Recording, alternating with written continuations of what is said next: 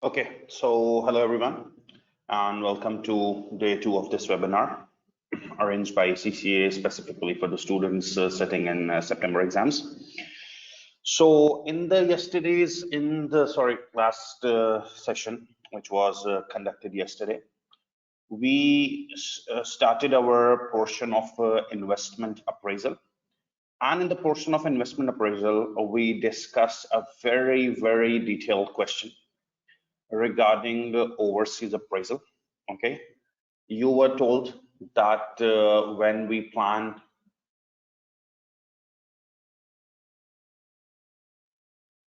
for investment appraisal, when we plan for investment appraisal, basically the thing is that we have to see two things. One is called domestic appraisal, and one is called foreign or overseas appraisal. I told you about the quotes, the currency conversion issue, which will be heavily tested in today's session. And then I told you that when you are in one country and you're investing, for example, in UK, all inflows outflows have to be in UK pounds. Okay. There was a concern among students who were specifically sitting AFM exam in locations where the remote exams are being conducted. They have to answer on CBE platform. So I told you I solved the question on the CBE platform as well. Hopefully, I received many comments after the class, specifically from those students who were having panic attacks because of the CB thing, that it's easy. And I already told you before starting yesterday's session that it's going to be a piece of cake for all of you. Okay, after the lectures are over. Okay, so in the last question, I just have to wind up the last question because we have to move to other areas quickly as well, because we are trying to cover multiple portions in this webinar as well, all the important portions. Okay, so basically you were told in yesterday's session about a company which was Yalandwe. Okay, and Yalandwe country was struggling somewhat financially, so fiscal rate, taxation rate, everything issue. They offered two concessions: zero tax and opportunity to carry forward tax losses. Okay, and then after that we were told about Imani company, that Imani company was based in USA and it was planning to invest in an assembly plant in Yalandwe, where the financial projections and everything was given. Okay, now after that all the financial projections, you were firstly told to state the benefits and drawbacks of setting up own plant. So if you do FDI, if you set up your own plant, what are the benefits and what are the drawbacks? That needs to be addressed, that needs to be considered. Okay, so when we plan about setting up own plant compared to licensing, obviously it has some benefits: motivation among employees, and technological secrets remain with the company, but it has drawbacks as well. And then we were asked to evaluate the financial acceptability, so we found NPV. And since we were in USA and investing in a plant in Yalandwe, so all inflows outflows have to be in Yalandwe rands. Where that is not the case, we converted. So we wrote investment, we wrote revenue, we wrote variable cost, we wrote fixed cost. You need to record inflows as inflows, outflows as outflows. Then the Imani company was asking for royalty, so royalties is a cost for them. Okay, then special equipment for packaging, that should also be done. So taxable profits. Okay,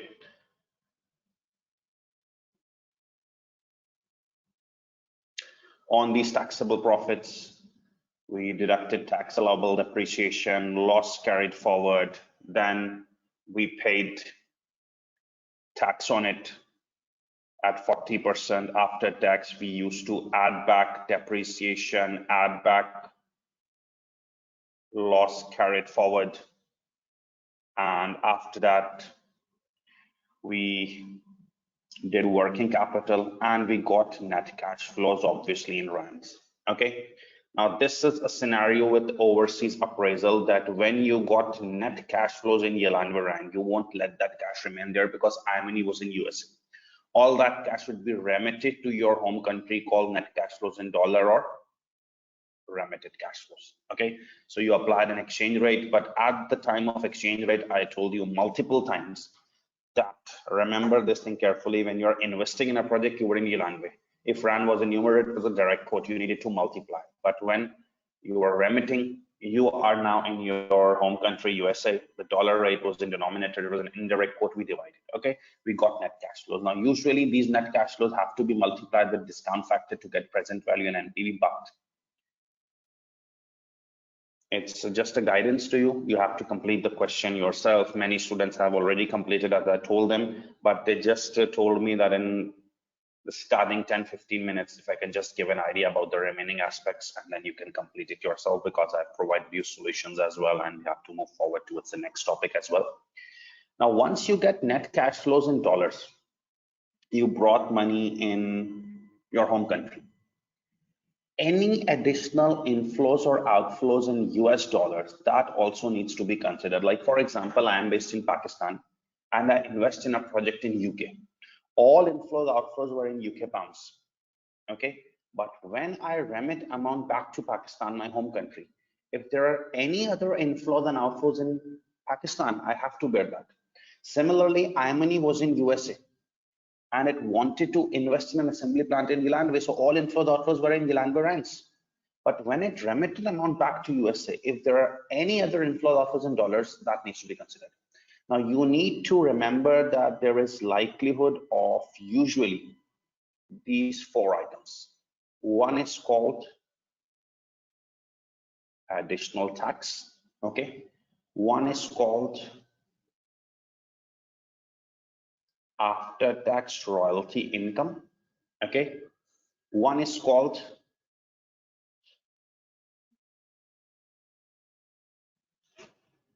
after tax contribution. Okay, and one is called redundancy and lost contribution. So you can memorize this, that usually when you do overseas appraisal, once you remit the amount back, if there are any additional inflows and outflows in your home country, you need to consider them, like additional tax, after tax royalty income, after tax contribution, and redundancy and lost contribution. Now, what is this all about? What is this additional tax? Now, sometimes, as you look at the question, I was in USA and I invested in an assembly plant in Gillandway. So investments, everything was in Gillandway, and I paid tax in Gillandway. When I brought money back to US, the US authorities may ask for more tax because you have brought money in your country. Why didn't we take this tax? Because there was a bilateral treaty. You have already paid tax in Gillandway. When you bring money back to USA, since there is a bilateral treaty, you don't have to pay double tax. But I just want you to make sure that you memorize this thing, that additional tax can be an issue, that if there is no treaty, then you have already paid 40% there. And when you bring money to US, you also have to pay tax here. Okay, then after tax royalty income, remember, iMoney was asking royalty from the assembly plant. iMoney was asking royalty from the assembly plant. Since iMoney was asking royalty from the plant, so it was a cost for the plant. Yes, we deducted that as an outflow. It was a cost for the plant, but it's an income for iMoney. It's a cost for the plant, so we charged it to the plant, but it's an income for iMoney. So you recorded a cost here for the plant, but you need to record income in dollars for your land. So many people say that when we have to record a cost here and income for this, better ignore it. You are recording costs one way and then income other way. So no need to record it. No, you must record it. The first basic reason, that carries must, and the second reason, for the plant, it's a cost and the cost will be in rands, remember. But for the iMoney company, when they remit money back, it's an income for them. And income is in dollars. So due to currency fluctuations, the figures won't just offset. They will create a benefit or loss. So always remember, when the parent company asks royalty from the plant, it's a cost for the plant, but income for the parent. Okay. Similarly, remember, The iMoney company sent special parts from USA to the plant at a cost of $280 per unit, on which they earned contribution. So it's a cost for the plant. So we recorded a cost for the plant. But since iMoney is sending plant the parts at $280 per unit, on which they earn contribution, so it's a contribution income for the plant. You need to record this contribution. And lastly, it was written, if iMoney decides to invest in the assembly plant, its exports would fall and would incur redundancy and loss contribution. So redundancy and loss contribution is a cost. Loss contribution, redundancy, it's a cost. You need to record the cost for iMoney as well. Once these four things are adjusted, you get net cash flows, and from that net cash flows, you need to multiply it with discount factor, which was 12% for this project. You get present value, and the net of all is NPV, which if positive, you need to accept. If negative, you need to reject. Okay. So always remember, we have studied this in detail, that once you remit amount, we discussed in detail yesterday, you have to consider four more inflows, outflows, which have to be borne by the parent once they remit money to US. Additional tax, if there is no treaty, you have to pay tax here as well, what's an outflow. If you ask royalty from the plant, it's a cost for the plant, but income for you. If you are sending parts from them for the plant and you earn a contribution on that, it's a cost for the plant, but income for you. And redundancy, loss contribution, deal these four things to get net cash flows, discount factor, present value, and okay. So you can cover this stuff from the answer and notes provided to you. And if you have any questions, you can ask me on the WhatsApp group as well, because we created the group last night, and there were hundreds of questions, and I tried my best to answer as many questions as possible. Sooner or later, I will answer all questions. So many students, they were stuck in some questions. Obviously, it is not possible for us to deal every individual question of P4 in this webinar, because it's just for key issues. However, the main reason for the group is that students are taking screenshot of the questions, sending me their problematic area, and I'm replying them. Okay, so if you have any questions other than this, you can always refer. Okay, and we will be moving forward towards the next issue. Our today's agenda is to deal currency risk management. Just 2 minutes. If you have any questions with respect to these four things, you can ask, and then we will move. Okay.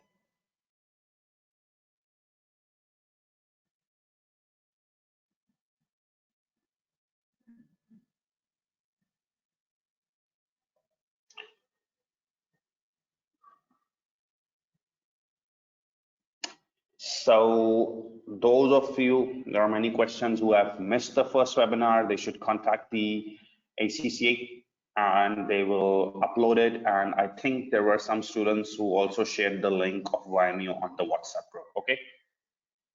There's one student saying, I'm not audible. I am audible. It's a problem from your side.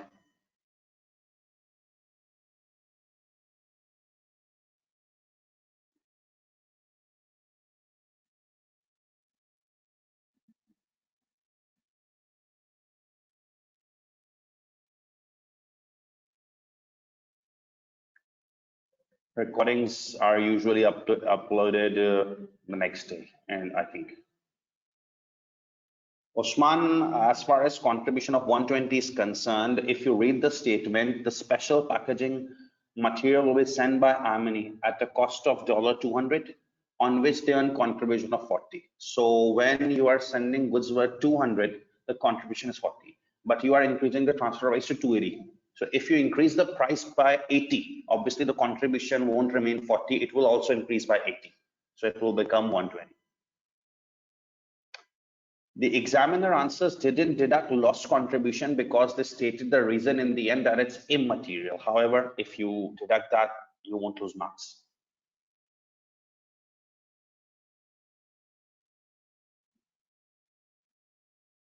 Yes, I'm sharing my number as well, and I'm sharing the WhatsApp group link as well.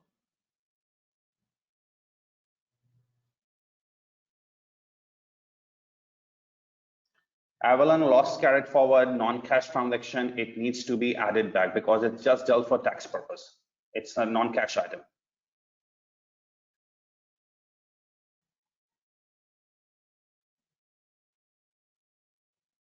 No, man, you can refer that. It's not the case.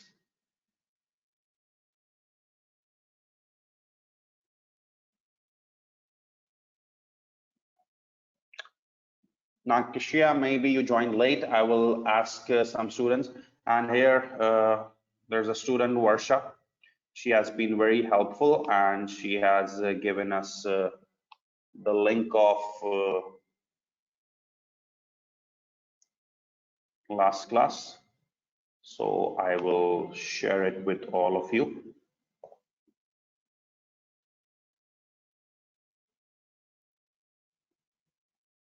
Yes, Janko Bass, you are absolutely correct.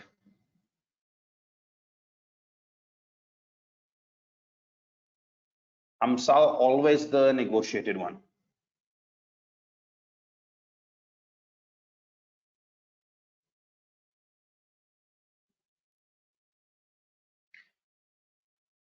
Okay, so firstly, when we talk about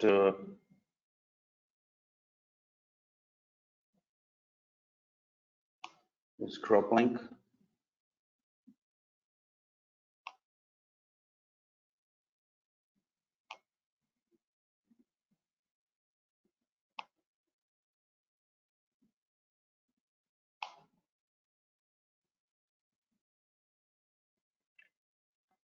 so firstly, I have sent the last class video link. Okay.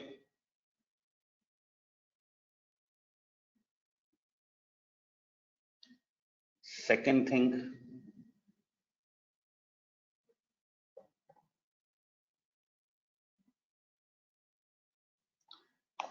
this is my WhatsApp number. So you can WhatsApp me if you are having problems in joining the group. And let me do the third thing for all of you, the WhatsApp group link. Just wait a second, please.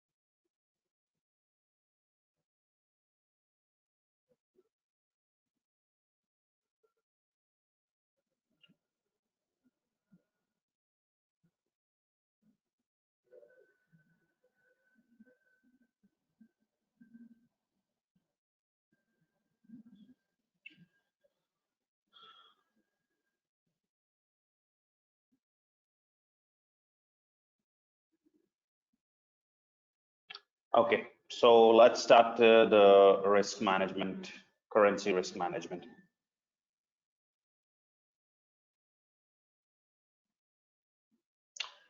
This is our today's agenda, that we need to study currency risk management. Okay, now as you all know that risk management involves two broad areas. Number one is called currency risk management. Number two, interest rates. Okay, so this is a very important portion of AFM exams, and I think if you have the proper skills with you, this area is likely to generate 25 marks minimum for you. Either currency risk could be tested or interest rate risk will be tested, or both will be tested in a combined question. So in today's agenda, we will be dealing with currency risk and then we will deal with interest rate risk. Okay, so let's start with currency risk management. Now, before I start currency risk management, I basically want every one of you to get an idea of what currency risk exactly is. Okay. So what exactly currency risk is? We will deal currency risk management shortly. But firstly, before starting currency risk management, what exactly currency risk is? We basically define currency risk as the risk that currency rates go up when you have to pay someone, or risk that currency rates go down when you have to receive. This is exactly what currency risk is. I'm not talking about currency risk management. I'm just talking about what exactly currency risk is. Currency risk is the risk that currency rates go up if you have to pay, or currency rates go down if you have to receive. Like for example, I'm in Pakistan. I have to pay someone $1,000 after a week. I'm in Pakistan. I have to pay someone $1,000 after a week. There's always a risk that when I go to pay after a week, the rates may go up from today's rate. Okay. For example, I'm in Pakistan. I have to receive £1,000 from someone next month. £1,000 from someone next month. There's always a risk that when I receive that money, the rates go down. Okay. Many students may have faced this risk when they want to submit their ACCA annual subscription fees or examination fees. Like for example, a person may have plans that he will pay 100 GBP, the examination fees approximately next month. There's always a risk that when the payment date comes, the pound rates, the GBP rate goes up. Okay. Similarly, some of your friend or relatives sent you some money. Let's suppose 1,000 AED dirhams or 500 euros. And when you went to convert them, there is always a risk that rates go down. So everybody faces currency risk in his life. It's basically the risk that currency rates go up when you have to pay, or currency rates go down when you have to receive. Okay. Obviously, this happens because currency rates keep on moving constantly. This happens because currency rates are not stable, they change. Okay, so there is absolutely no chance to prevent this risk. There's absolutely no chance that one can prevent this risk. However, this risk can be minimized or managed through some hedging techniques. Okay, one cannot prevent currency risk. It's a reality. It can only be minimized or managed.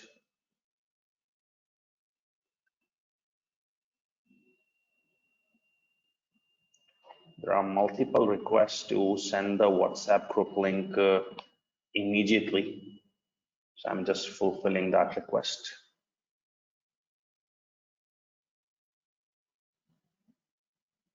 I don't know why some people can't wait.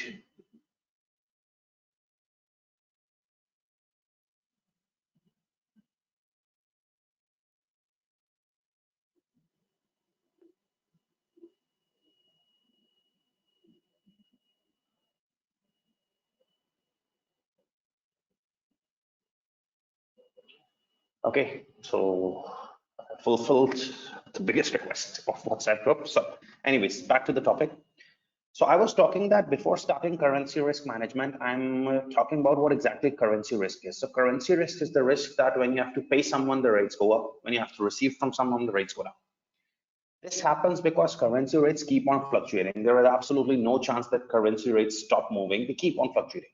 So this risk can be prevented. It can only be minimized or managed, and they can be minimized or managed through some hedging techniques. Now, there are multiple hedging techniques in practical. However, we will be focusing on three most commonly used hedging techniques. One is called forward exchange contracts. One is called currency futures, and one is called currency options. Okay, there are many more techniques like leading, or like money market hedging, or like netting. But if you have any idea about P4 past exam papers, these three are the most commonly tested techniques: the forward exchange contracts, the futures, the options. That's why I will be focusing on these three techniques in the webinar: forward exchange contract, futures, and options. Okay, so basically, since currency rates keep on moving, and importers and exporters are always worried about this, that whenever we plan to pay someone in the future, there is a risk that rates go up. Whenever we plan to receive money from someone, there is a risk that rates go down. So always they face this risk that is called currency risk. This risk can be prevented.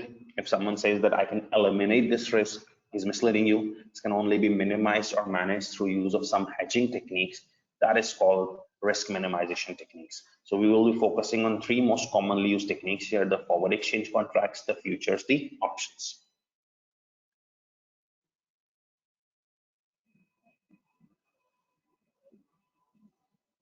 Now the first technique,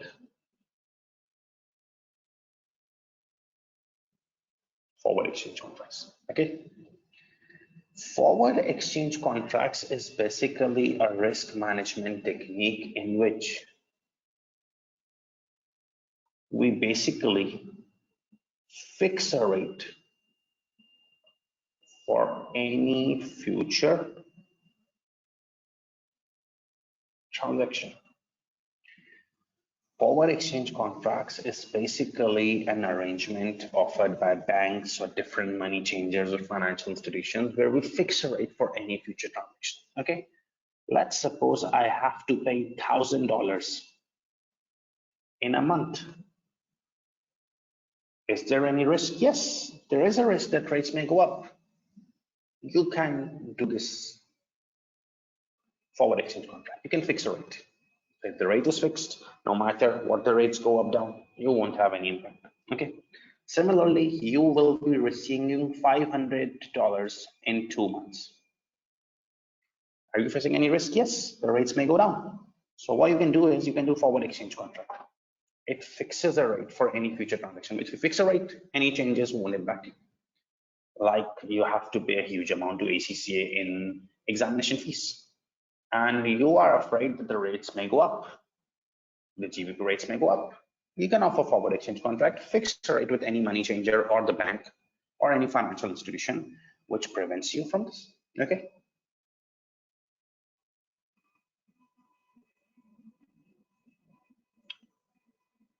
The approach of forward exchange contract is you simply have to divide or multiply the amount by the relevant fixed rate. It's just a one-step approach of forward exchange contract. That's why it carries hardly 1 or 2 marks. You need to divide or multiply by the transaction amount. Obviously, divide if it's indirect quote. I told you we divide if it's direct quote, we multiply it. We have seen this yesterday as well. You just need to divide or multiply the amount by the relevant fixed rate. Whatever the rate is being fixed. Let's suppose GBP is fixed at 2.2 or 2.5. You just have to divide or multiply the amount by the relevant fixed rate. I will explain it in detail when I'm doing a question, but I just wanted to tell you two things. Forward exchange contract is just a rate fixation arrangement. We fix a rate for any future transaction. The approach is you just need to divide or multiply the amount by the relevant fixed rate, the rate which you have fixed. Okay, division if it's indirect quote, multiplication if it's direct quote.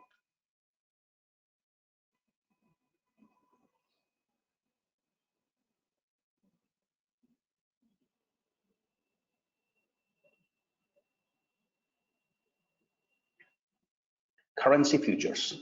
Okay, what are currency futures? They are also rate fixation contracts. In these contracts, we also fix rates. But The difference is that they are standardized. What is the meaning of standardized?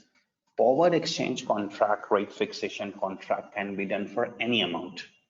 $120,000, $98,000, euro 560,000.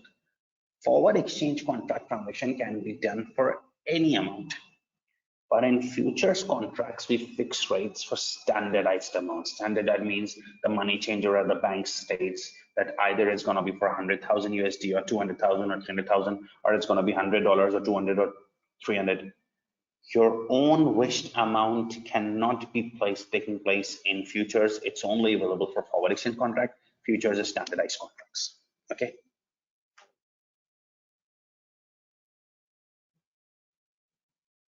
Approach. Now, my approaches are quite easy, and if you haven't studied from me before, you will really be feeling after the class that you have a complete grip on futures, options, and forward exchange contract. The approach is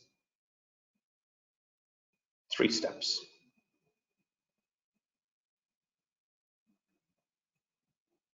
Find lock-in rate. Okay.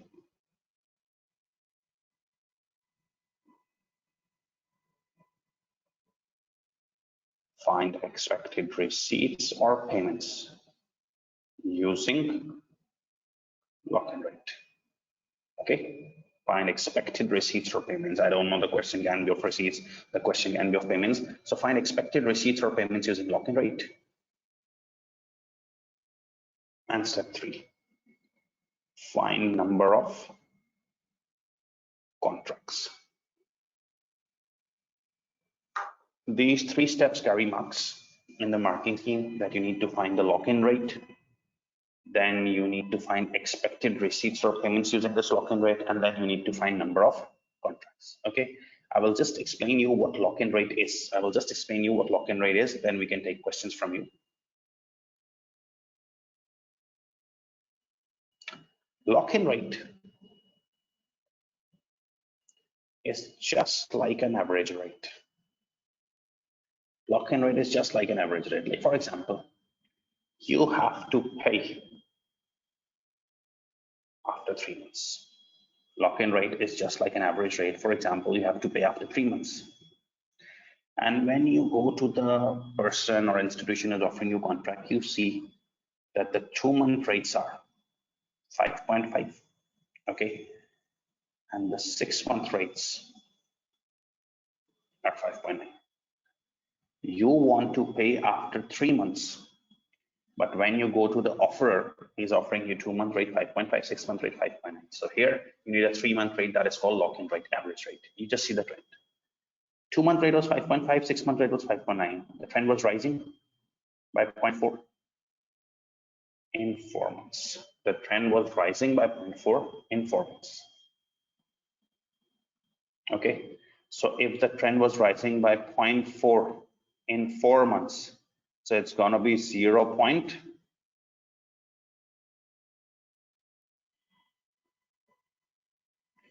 per month. If it's 0.4 in 4 months, so it's rising by 0.1 per month. Now you can get the 3-month rate. See, the 2-month rate is 5.5 and it's rising by 0.1 per month, so you need to add it. The 3-month rate is 5.6. This is called lock-in rate. Repeat, you want to pay after 3 months, so you need a 3-month rate. When you go to the offer of the contract, he's saying 2 months rate of 5.5, 6 months rate of 5.9. We need a 3-month rate. You just need to apply averaging strategy, that the 2-month rate is 5.5, 6-month rate 5.9. It's increasing by 0.4. In how many months? 4 months. So per month it's 0.4 over 4, 0.1 per month rising trend. So took the 2-month rate, you went for a 3-month rate, increasing by 0.1 per month, added 5.6 is a 3-month rate. One more example. Let's suppose you have to pay or receive after 5 months. You have to pay or receive after 5 months. So when you go to the offer, he's saying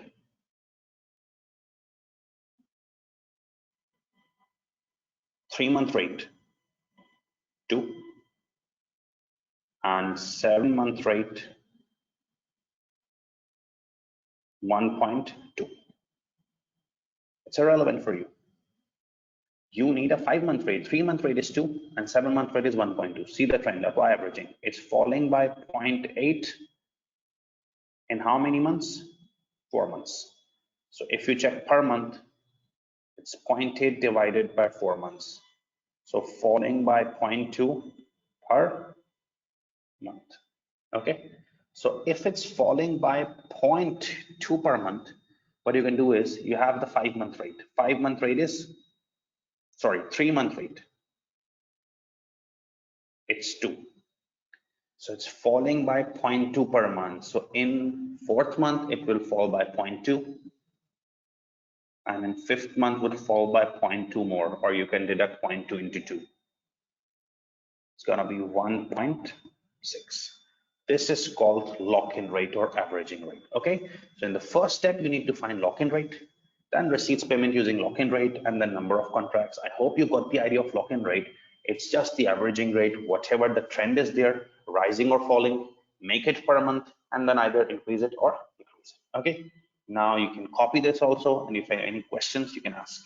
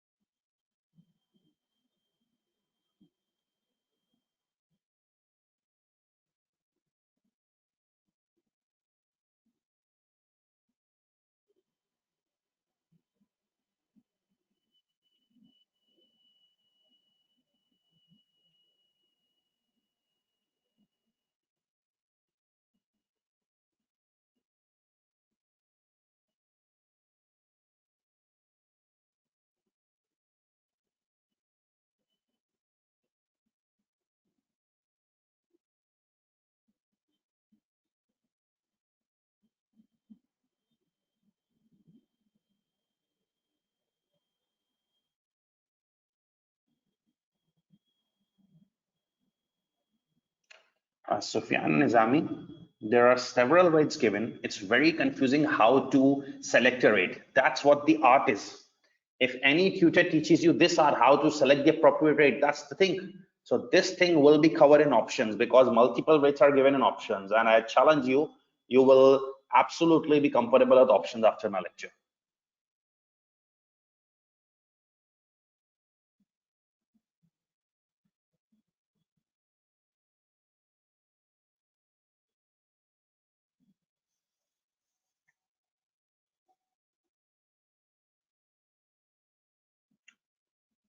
Sahan, there is absolutely a nominal difference in OTC, over the counter products, and exchange traded products. You see, if you focus on the name, exchange traded means they are traded on an exchange. Like for example, any product on stock exchange is called exchange traded product because there is an exchange. Similarly, there is in our country, Pakistan, mercantile exchange through which we trade the commodities, gold, silver, crude oil, etc. It's an exchange. A regulatory body is set up and you need to enter into contracts through that body. That is called exchange traded. Okay, but over the counter, there is no exchange. The parties deal directly. There is no regulatory body. The parties deal directly. So Vedula, there are two examples on your screen. In one, the prices are rising, and in one, the prices are falling. If the prices are rising trend, you need to add that. But if the prices are falling, you need to deduct.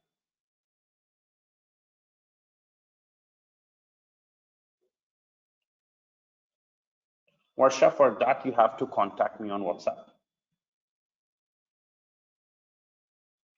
Hamza, if you have missed the last class, it's better you don't ask it in risk management. You can ask me on the WhatsApp group.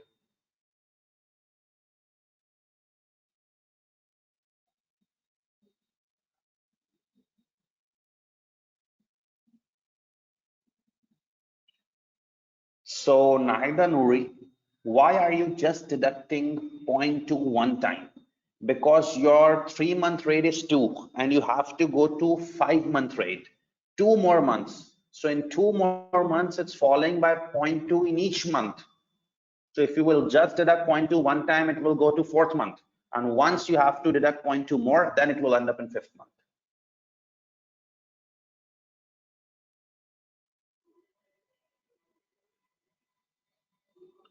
Standardized means it's not available for the amount you want. Like if you want to minimize risk for $550, you can offer forward exchange contract. If you want to hedge risk for $710, you can opt out. But in futures, it's a standardized contract. The money changer or the financial institution will say that we only offer for $100, $200, $300, not yours. Rakibul Zaman, you have mentioned the same question 5, 6, 7 times. So obviously I have to look at many questions. Please ensure the question is coming just one time.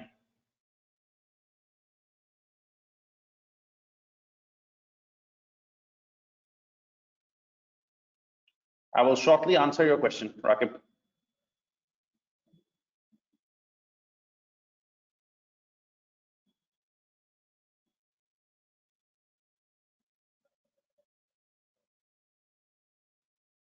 Yes, Minal, you are right.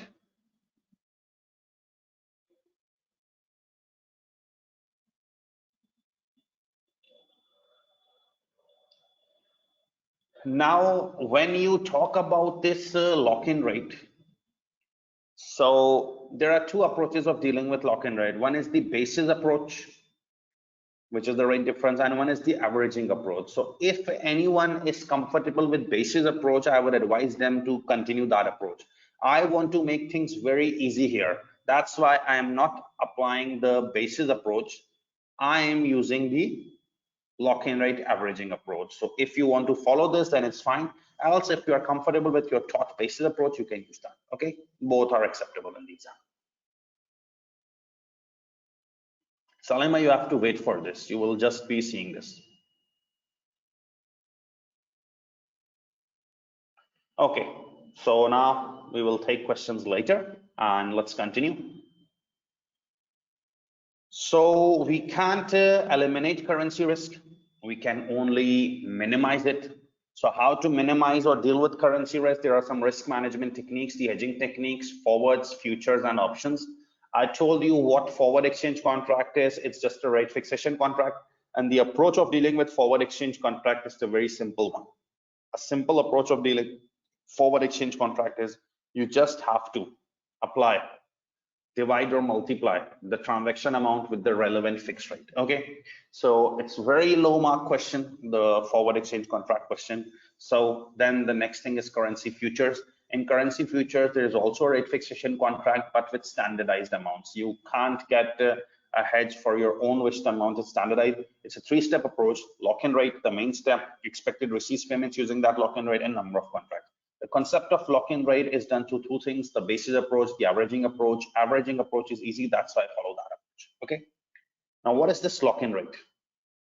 It's just an average rate. Let's suppose you have to pay or receive after 4 months. Let's suppose you have to pay or receive after 4 months. Okay. When you go to the offer, he is offering 4-month rate, 6-month rate. No problem. You want to receive after 4 months, the 4-month rate is given, transaction closed. Okay.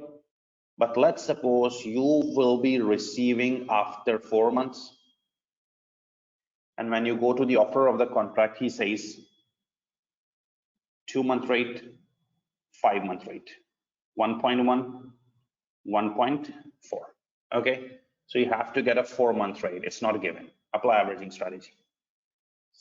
0.3 rising in 3 months. So it's going to be 0.3 over 3 months, 0.1 per month. Okay. So it's rising by 0.1 per month. You are given with 2-month rate. It's 1.1. Okay. You need a 4-month rate. So you need to move 2 months more. It's rising by 0.1 each month. So add 0.1 one time, so it moves to 3 months, and then 0.1 one more time, so it moves to 4 months, 1.3. This is called the 4-month lock-in rate. Okay.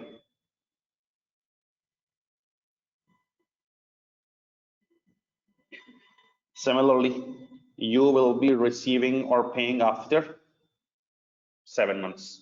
Okay. When you go to the offer, he says 6-month rate 5 and 8-month rate 4.5.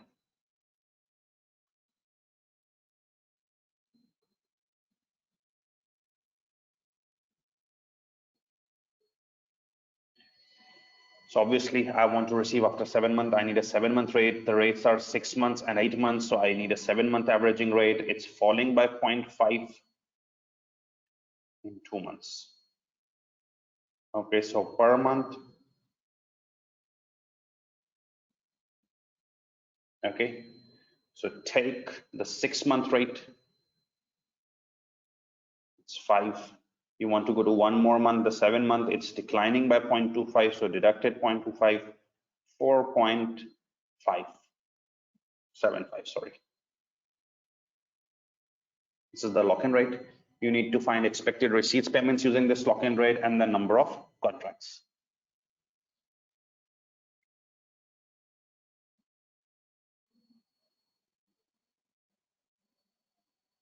One student was asking, sometimes there are 2 lock-in rates given. How do we decide which rate we have to use to do the average? Now, 2 rates are usually given in futures, in forward exchange contract, everywhere 2 rates are given. That's normal. If 1 rate is given, you are lucky. Usually 2 rates are given. So you need to remember a principle which is quite logical. When you are paying someone, when you have to pay $1,000, you need to buy currency from the money changer. So you always use buy rate in payments and apply the averaging, etc., whatever we have to do. But when you are receiving $1,000 from someone, when you receive $1,000, you go to money changer and sell it. So you always use the sell rate in receipts. People say this is something like rote learning, that in payment you use buying rate, in receipts use selling rate. No, it's not rote learning, it's logic.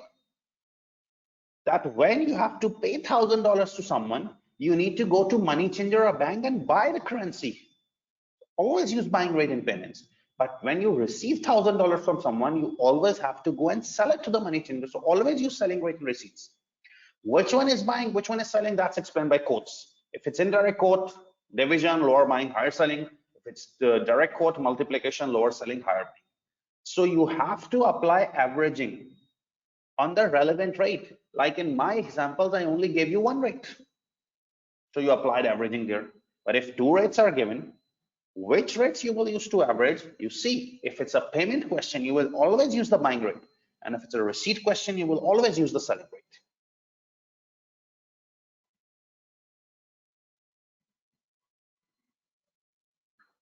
I want you to just copy the approach of options. I will then explain and move towards the question.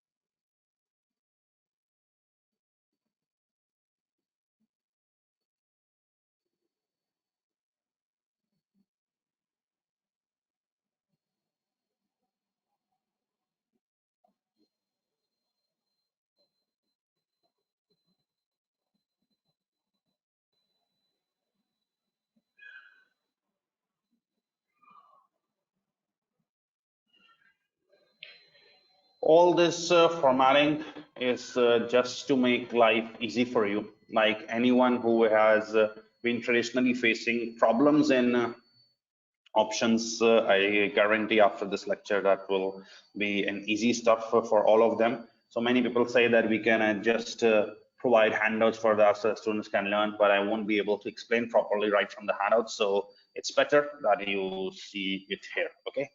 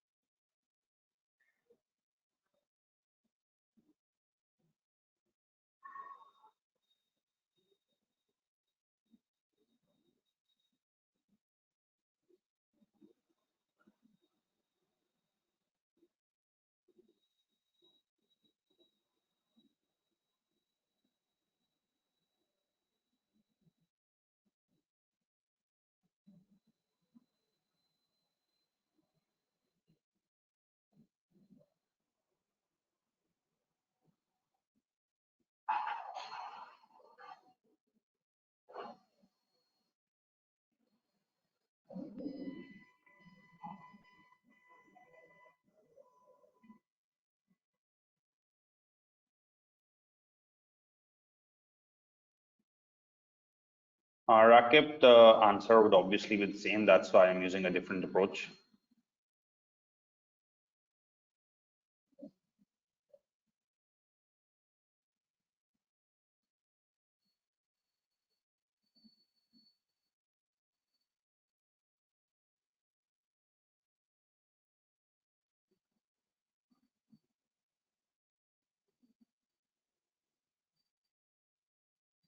Varsha, you are right in your approach as well.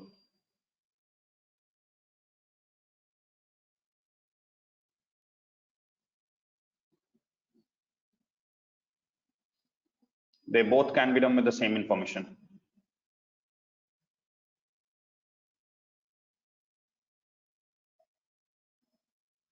Yes, both approach require same information and same answer.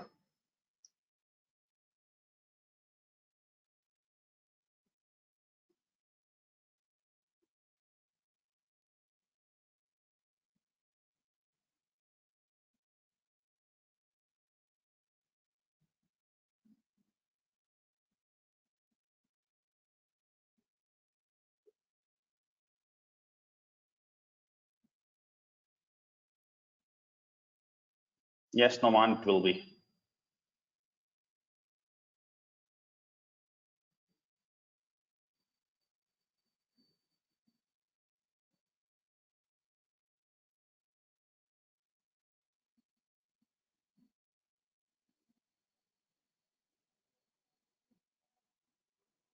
Sal, you have to just patiently watch how it's working.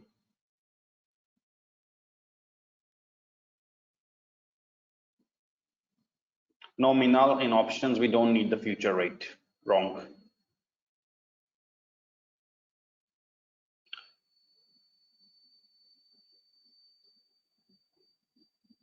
Oriam, that's the main thing, when to take a call option, when to take a put option. So obviously I will be explaining it.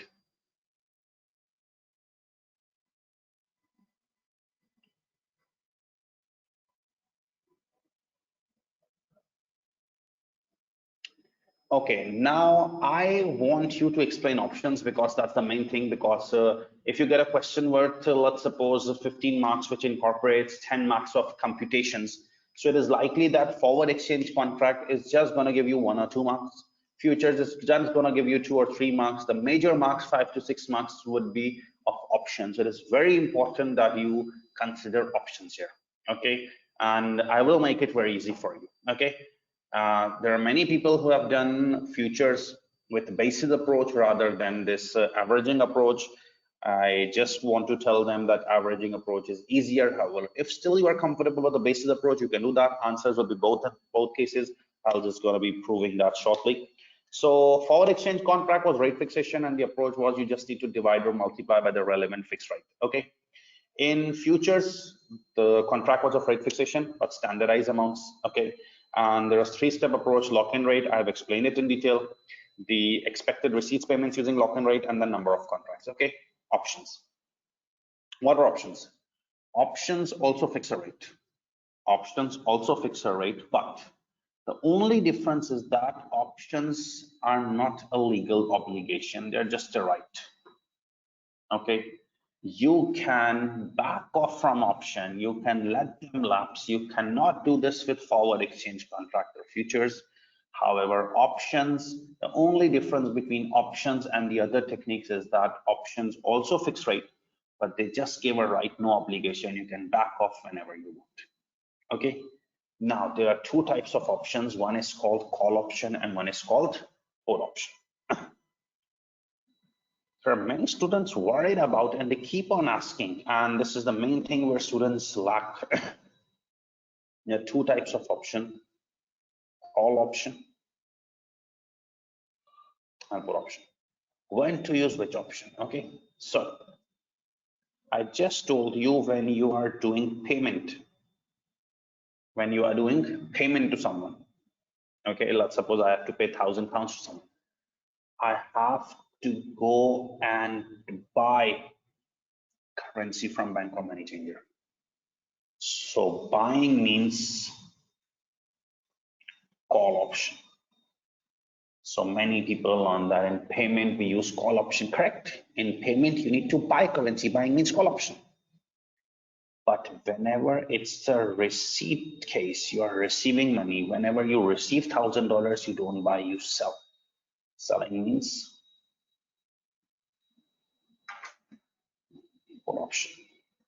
Okay. Whenever you can learn this, in payments always call option, in receipts always put option, because in payment you have to buy from someone. Buying is calling, and in receipt you have to sell. Selling is put. Okay. So we will discuss it in more detail in the question. Okay. So how do options work? So you just need to learn the format of options. That will make life extremely easy for you. Whenever there is a case of payments, you need to learn the formula. In case of payments, the options work: expected payments plus unhedged amount plus premium payment. Okay. Whereas in receipts, the formula of receipts is expected receipts plus unhedged minus premium payable. Now, what is the difference in payments and receipts? Obviously, whenever you want to enter into option, you have to pay some premium upfront. In options, you can always back off, but in entering options, you always have to pay a premium. So in payments case, when you have to pay the premium, it's increasing your cost. That's why I am increasing it, adding it.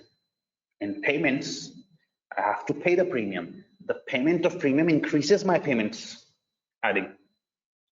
But in receipts inflow case, when I have to pay the premium reduces my receipts. The premium which I have to pay, it reduces my receipt. That's why I'm deducting. Okay. There was a question from a student why we are adding premium at one place and deducting premium at one place. Easy. In payments, when you pay the premium, it increases your payments. So add it. In receipts, when you pay the premium, it reduces your receipts. So deduct it. Okay. So you can basically learn the format that in receipts or payments, it's expected receipts or payments plus unhedged plus premium payable. Now, I want you to pay attention carefully. I'm telling you some golden things. And the first thing you need is expected receipts or expected payments. The first thing you need is expected receipts or expected payments. The formula of expected receipts or expected payments is number of contracts into contract size. The formula of expected receipts or expected payments is number of contracts into contract size. Number of contracts is expected receipts or payments in foreign currency over exercise price divided by contract size. I've made the formulas myself to make life easy for you. Okay, contract size would be given in the question. So number of contracts is expected receipts or payments over exercise price over contract size. Number of contracts into contract size give you expected receipts or payments. I'm telling you for both simultaneously because I don't know whether the question will test receipts or payments. Okay. Now, let's suppose when you calculate this number of contracts, it comes, let's suppose 101.4 contracts or 101.2 contracts or 101.7 contracts. Obviously, no one is going to give you mathematical contracts 101.4. You can't take 101.4 contracts from a money changer. You can't take 101.2 contracts. You can't take 101.7 contracts. Okay. So if the answer is coming 101.4 or 101.2 or 101.7, you can only get 101 contracts. You can't take decimal contracts. No one gives you decimal contracts in real world. Let's suppose number of contracts are coming 98.3. You can't get 98.3 contracts. You can get 98 contracts. So if you only take whole number contracts 101 or 98, there is likely that whole amount won't be hedged. Some would be left. That is called unhedged. That is called unhedged. Because obviously, if the mathematical answer is coming 98.3 contracts and you're only able to take 98 contracts, some amount would be left. It won't be covered. That is called unhedged. You need to find unhedged as well. The formula you need to learn: expected receipts or payments in foreign currency minus number of contracts into contract side into excess price. Okay. Finally, the third thing you have to compute is premium payable. Obviously, either you take call option or put option, you have to pay premium. Premiums formula is number of contracts into contract size into premium. Okay, you need to learn two important things. The formula of payments is expected payments plus unhedged plus premium. Receipts, its total receipts is expected receipts plus unhedged minus premium. Since premium increases my cost, so in payment I'm adding. Since premium reduces my receipts, I'm deducting. Okay. In payment, you have to buy currency, buying means call option, and receipts, you have to sell currency, that's put option. Okay. The formula of expected receipts or payments, the first thing is number of contracts into contract size. How do you get number of contracts? I've told you. For unhedged, it's expected receipts or payments minus number of contracts into contract size into excess price. And for premium, it's number of contracts into contract size into premium. What's the concept of unhedged? The contracts may come in decimals. I am telling you one thing: if the contract size comes in whole numbers, 101, 102, 103, no amount would be left unhedged. But since the contracts come in decimals, you can't take whole decimal contracts. You have to take whole contracts. That's why some amount remains. That's unhedged. Okay. Now listen to last thing carefully before going to the question. About premium payable. Whenever you enter into an option, either call or put option, in options you have to pay premium immediately or now. Whenever you enter into an options contract, you have to pay premium immediately. You have to pay premium now immediately. That's why we always use spot rates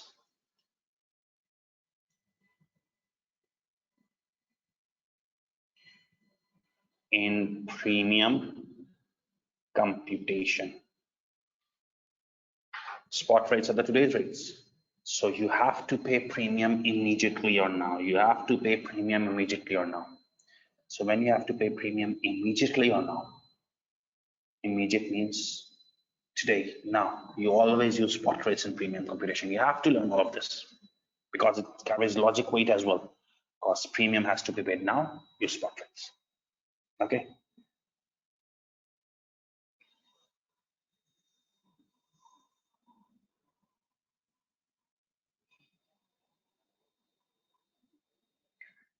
Some amount is left as unhedged. Okay.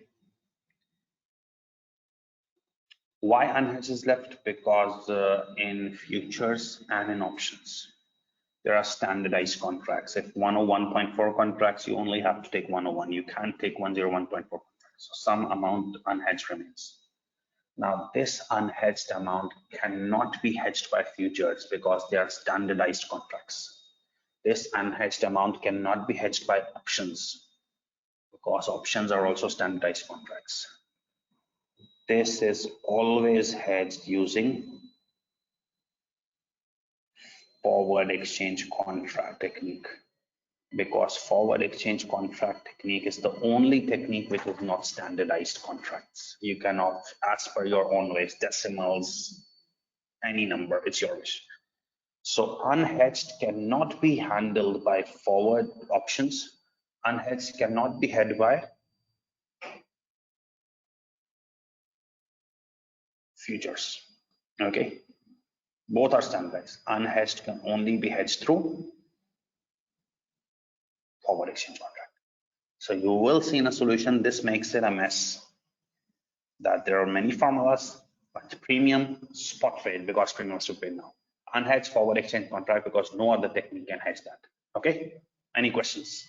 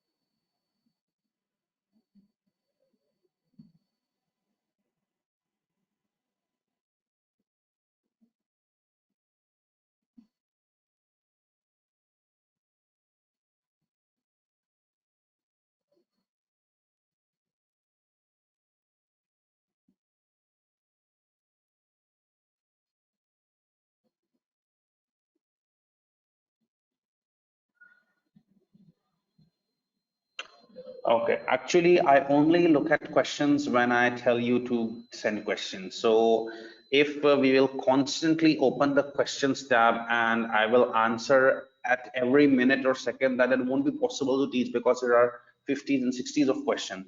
So always when I say questions, you can give questions that time every 15-20 minutes. I obviously tell you to ask questions. So let's start.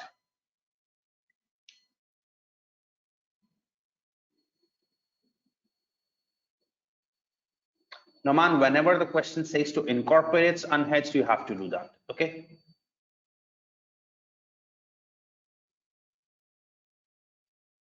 Menahel, it's never possible that unhedged is subtracted. Arlene, I will try. Rakib Uzzaman, the past paper question we will be dealing, it would have two rates, don't worry.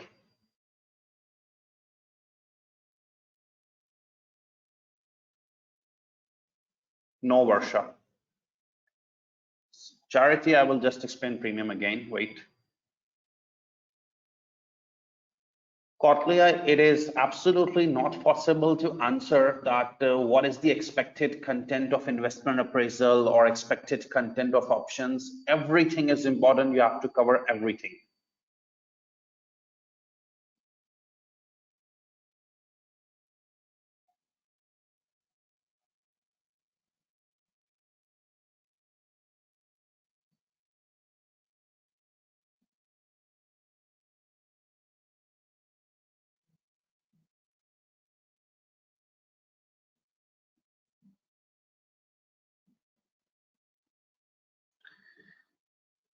Jacker, if you take 99 contracts instead of 98.3, you're overhedging. So overhead has to be deducted, but I would advise you, since you're following my approach, use the underhedge. Okay. Rakib if internet problem and voice problem is in my side, all 150 students would be having problems. Since you are the only one having problems, so it's at your side. Okay.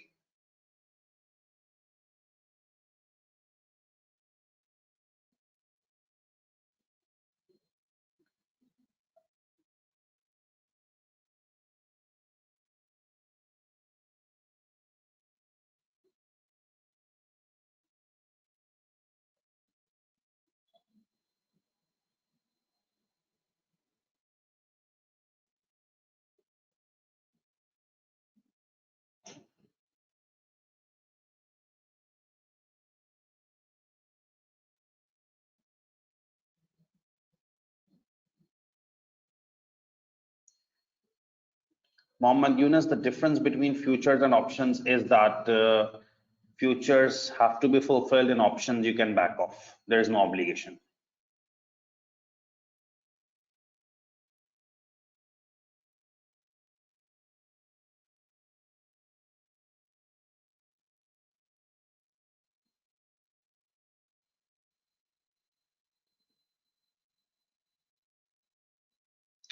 Jangobas, you have to complete the lecture to be able to completely get a grip on call and put option. Okay, the basic rule is in call option, you have to, since you are paying, so in payment, you have to buy, you need call option, and receipt, you need put option. What are the exceptions? Please stay tuned.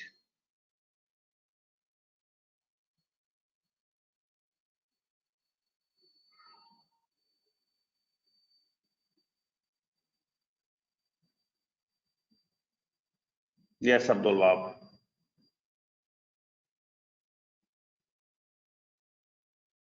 Agnes, if the question asks, then you have to, else no need.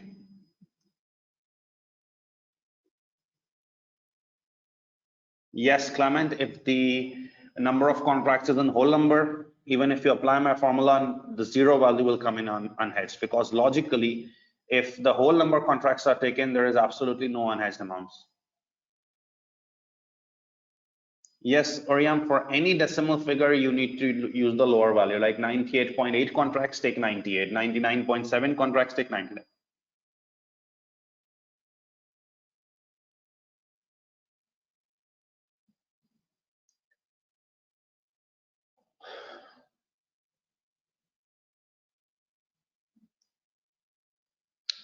Okay, so what did I teach you about options? Because that's the main stuff. Just a quick recap.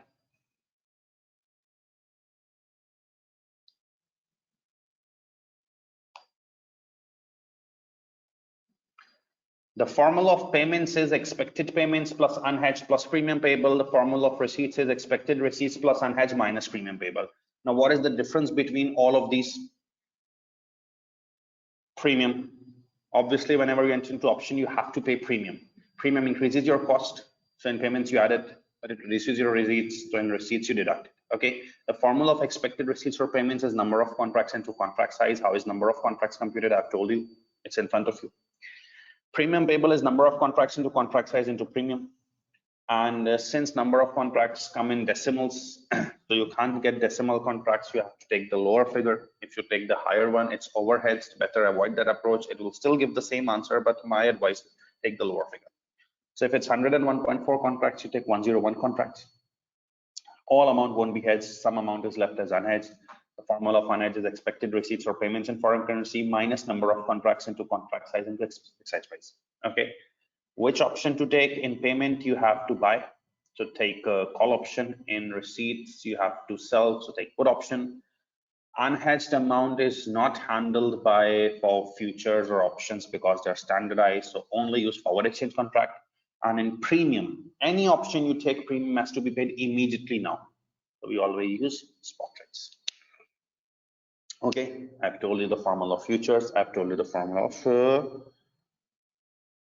forward as well. Okay, so let's just take a 10 minutes water or coffee or tree break. And after 10 minutes, we will be starting our past paper question, which will help you clear all the issues. Okay, so if you have any questions, you can still ask. I will go to the break after answering all of the questions. I'm writing break 10 minutes because yesterday when I came back from the break, I just announced the break orally. And there are many of the questions that we can't hear you, we can't see you, what happened to the class. So now it's break 10 minutes, okay?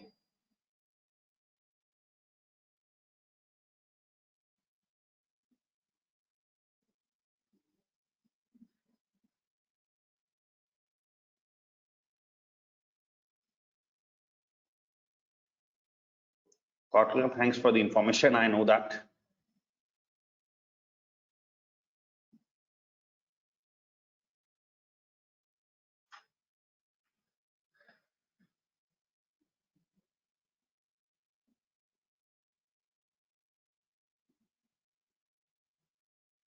Varsha, you have to show the working for two options.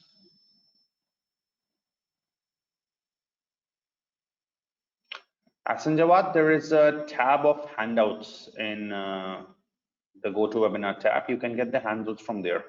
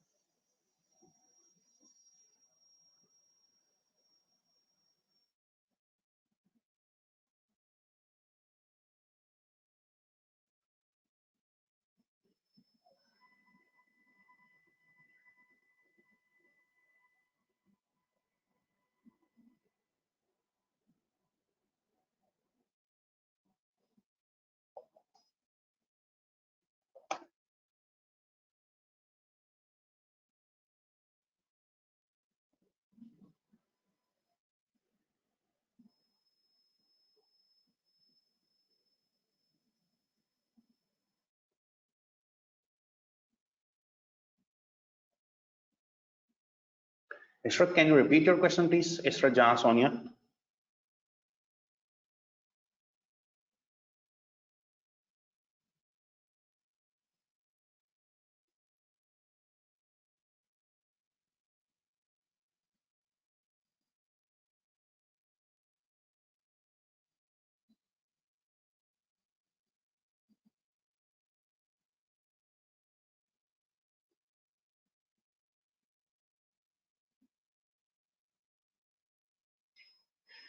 Yes, Ashrat, I will try to brief it. And if it's not possible, you're always welcome on WhatsApp and get an idea about that.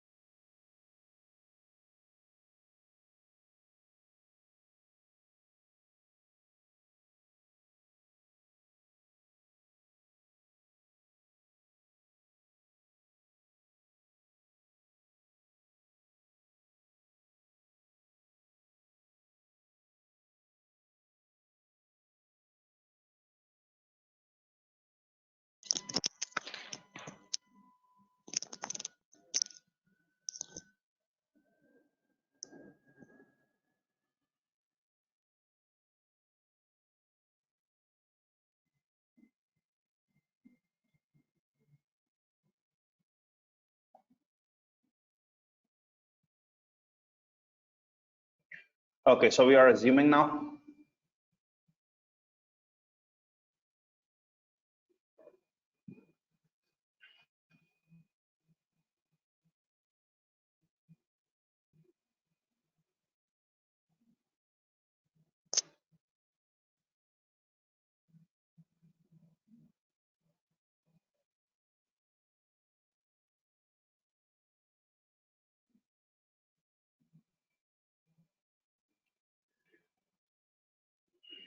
Okay, so we will be discussing now a past paper question.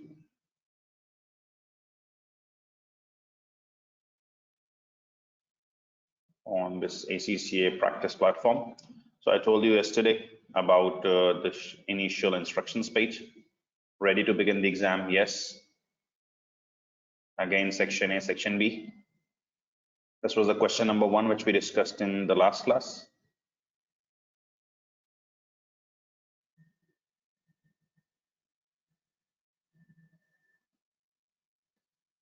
Now we are moving towards second question.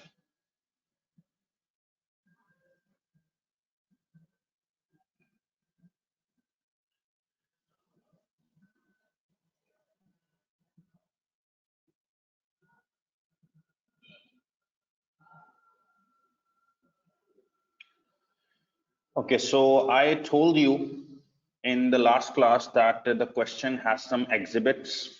The question paper has some exhibits.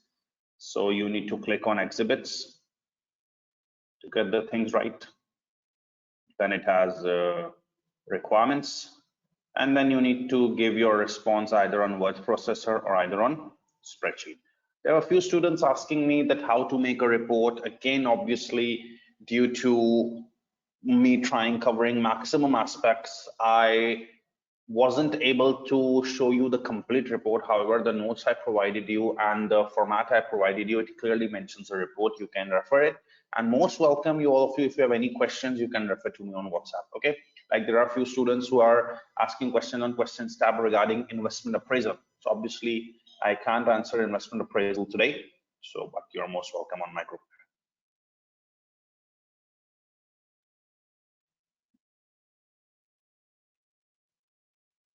Okay, so I have clicked on exhibit 1 and we will start in this question.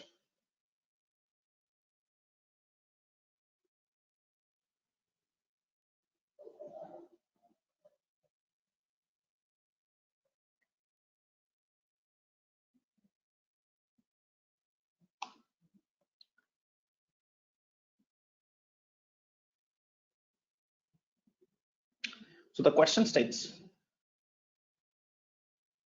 Casa Sofia company based in a European country. So Casa Sofia is based in Europe, that uses euro. Constructs and maintains advanced energy efficient commercial properties around the world. So Casa Sofia is based in a European country, it uses euro. Based European country uses euro. That's very important. Where are you based? What is your currency to decide the code? So Casa Sofia based in a European country that uses euro, constructs and maintains advanced energy efficient commercial properties around the world. It has just completed a major project in USA and is due to receive the final payment of US $20 million in 4 months. So Casa Sofia is based in a European country. It uses euro. It constructs and maintains advanced energy efficient commercial properties around the world. It has just completed a major project in USA and is due to receive the final payment of US $20 million in 4 months. So the important thing is, company is planning to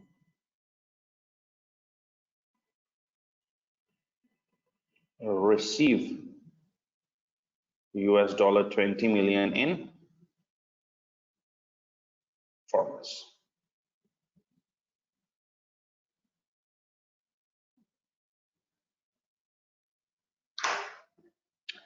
Next, Casa Sofia is planning to commence a major construction and maintenance project in Mazabia, a small African country, in 6 months.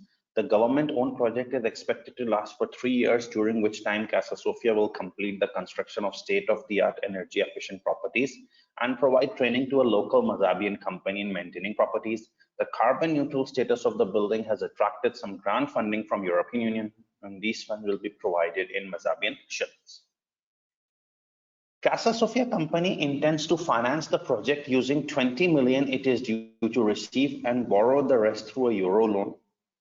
It is intended that US dollar receipts will be converted into euros and invested in short dated bills until they are required. These funds plus the loan will be converted into shillings on the date required at the spot rate at that time. Mazabia's government requires Casa Sofia to deposit shillings 2.64 billion it needs for the project with Mazabia Central Bank at the commencement of the project. In return, Casa Sofia will receive the fixed sum of shilling 1.5 billion after tax at the end of each year for a period of 3 years.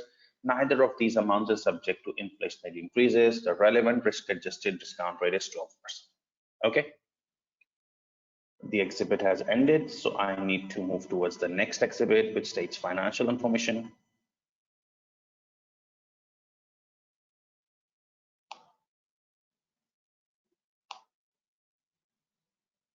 Look at the financial information. Exchange rates available to Casa Sofia. The spot rates are given. Now pay attention. The spot rates are US dollar 1.3585 dash US dollar 1.3618 per euro 1. These are US dollar per euro. Okay. So see, the people who are worried, two rates are given. Then you are given with 4-month forward rates. It's 4-month forward rate US dollar 1.3588 dash US dollar 1.3623 per euro. So euro is coming in denominator. It's per euro, right? The rates are US dollar per euro. So euro is coming in denominator. It's indirect quote. Divide. Lower rate. Buying. Higher rate. Sell. Agree? Once again, go back to the question. I will write it also later. That you are given with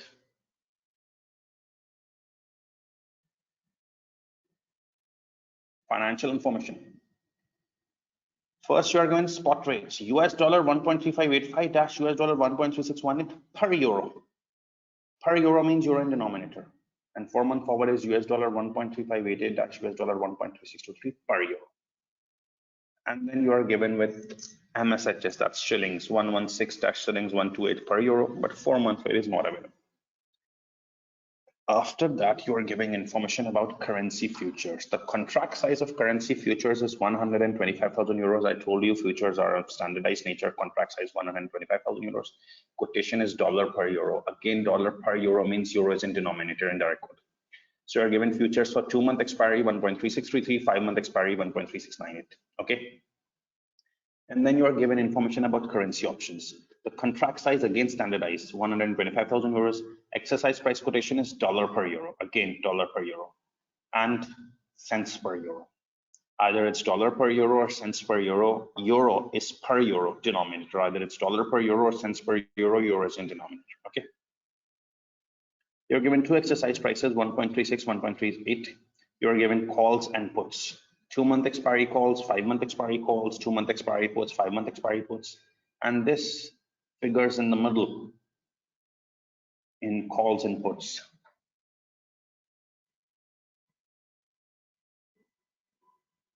These figures.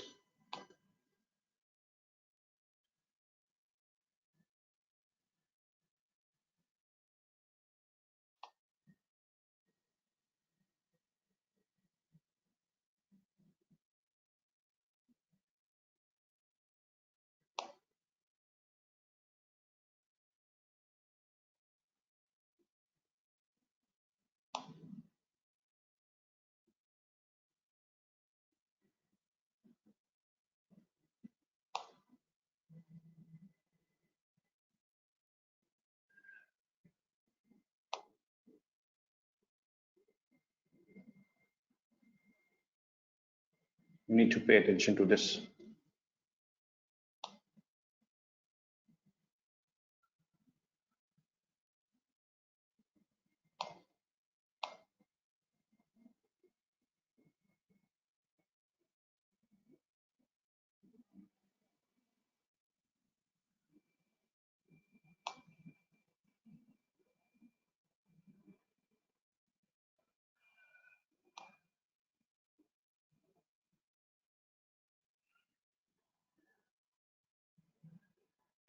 All these figures which I have highlighted, this 2.35, 2.8, 2.47, 2.98, 1.88, 2.23, 4.23, 4.64, all these figures which I have highlighted,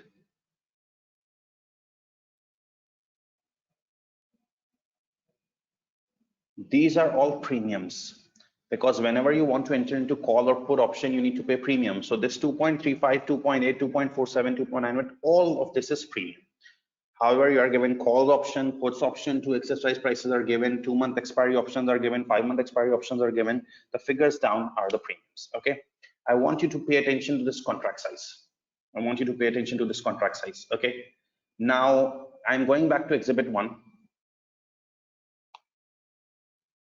The relevant paragraph of Exhibit 1 is Casa Sofia, based in European country that uses euro, constructs and maintains advanced energy efficient commercial properties around the world. It has just completed a major project in USA and is due to receive final payment of $20 million in 4 months. Company is expecting to receive $20 million in 4 months. Now, when you go to financial information, exchange rates are spot, US dollar 1.3585, that's US dollar 1.3618 per euro. The 4-month forward are US dollar 1.3588, that US dollar 1.3623 per euro. The futures contract size 125,000 euros, dollar per euro, 2-month expiry, 5-month expiry. Options also have contract size. The quotation is dollar per euro or cents per euro, euros in denominator. You are given 2 exercise prices with calls and puts of 2 months and 5 months. Okay, now what's the requirement? See requirement A. Advise Casa Sofia on and recommend an appropriate hedging strategy for the US dollar income it is due to receive in 4 months.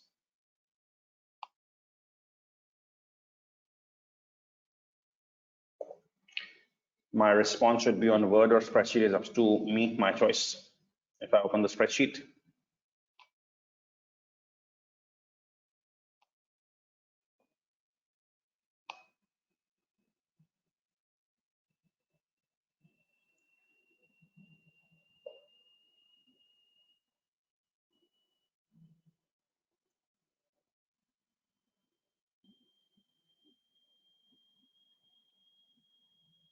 so advise Casa Sofia on and recommend an appropriate hedging strategy for the US dollar income.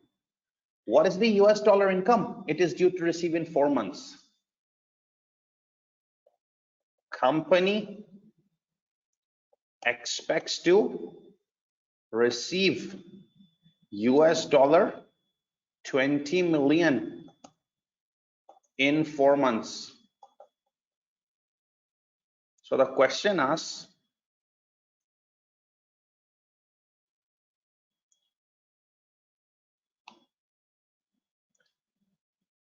advise Casa Sofia and recommend an appropriate hedging strategy for the US dollar income it is due to receive in 4 months. What is the US dollar income it is due to receive in 4 months? It's 20 million US dollar as per paragraph 1. You can verify. Casa Sofia, based in a European country that uses euro, constructs and maintains advanced energy efficient commercial properties around the world, has just completed a major project in USA and is due to receive final payment of $20 million in 4 months. So that's what the question asks. Advise Casa Sofia and recommend an appropriate hedging strategy for the US dollar income it is due to receive in 4 months. So you need to advise Casa Sofia and recommend an appropriate hedging strategy for the US dollar income it is due to receive in 4 months. So I am about to advise on a recommend appropriate hedging strategy for the US dollar income it is due to receive in 4 months. Now, the interesting portion is this US dollar income it is due to receive in 4 months, $20 million. You need to advise and recommend an appropriate hedging strategy. The question won't ask you the name of the hedging strategy. You have to decide which hedging strategies to use. So commonly you should use futures, options and forward. Okay, so when it asks to recommend an appropriate hedging strategy, the question didn't ask you to apply this strategy, just ask apply an appropriate hedging strategy. You have to decide appropriate hedging strategy, and ideally the appropriate strategy should be futures, options and forwards. Okay, now company expects to receive $20 million in 4 months. The company expects to receive $20 million in 4 months. Casa Sofia, where it is based? In Europe. Casa Sofia, where it is based? In Europe. Okay.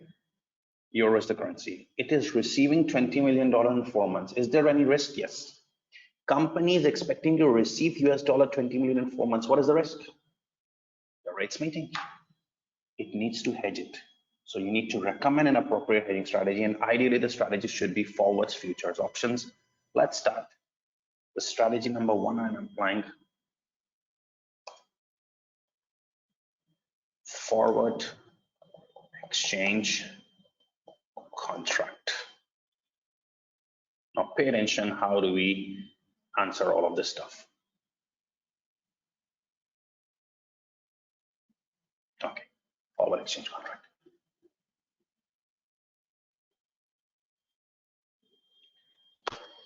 Okay.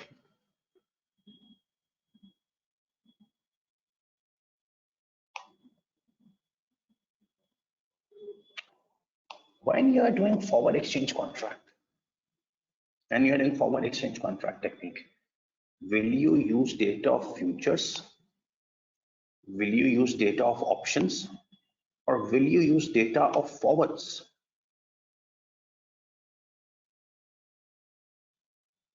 Tell me.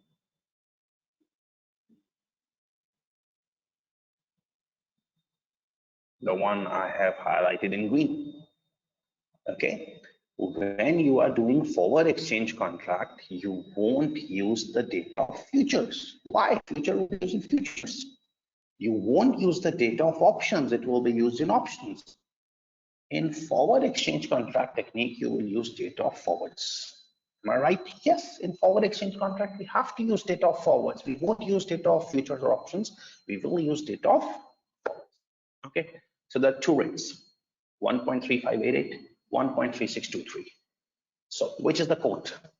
Its company is based in Europe, and euro is coming in per euro denominator. It's an indirect quote you need to divide.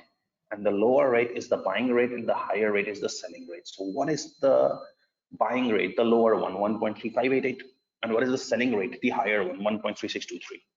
So which rate to select? You have to divide, because it's an indirect quote. An indirect quote, lower is the buying one, higher is the selling one. So which rate you should take? Now it's a receipt case or a payment case? It's a receipt case. You are receiving money. So you won't buy, you will sell. Whenever we receive money, we go to money changer and sell. So we will use the selling rate, which is higher, 1.3623. You just have to do this. US dollar,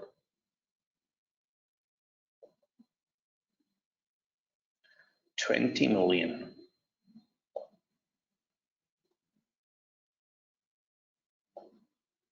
divided by 1.3623.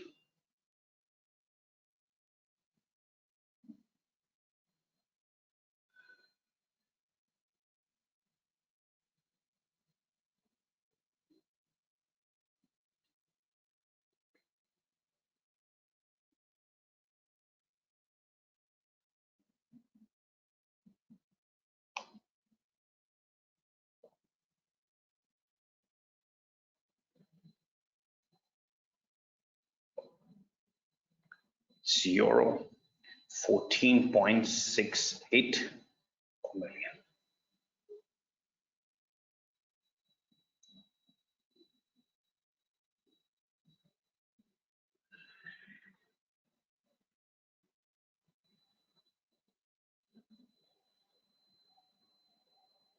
I could have just directly done it via Excel formulas, but I just wanted to show you the complete working.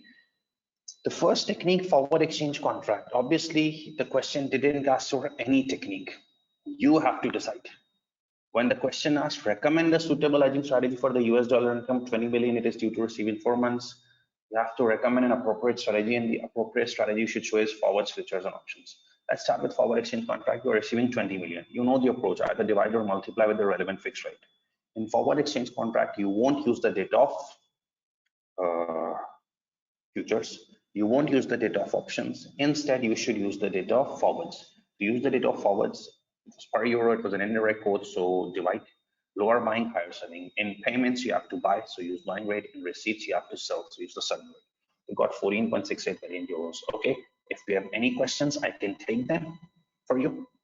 And then I will move towards the second technique, that is currency futures.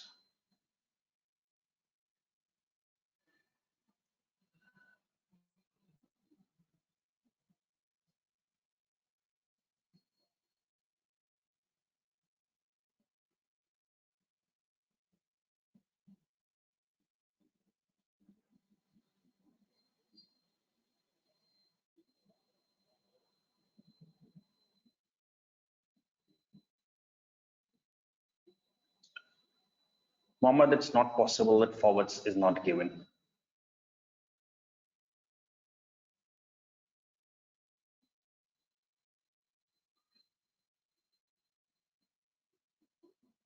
Rounding off is not a problem, don't worry.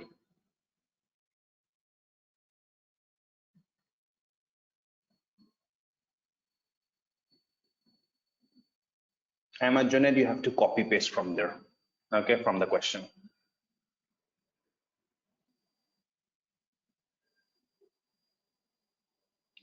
Upasna, it can be marked by a tutor.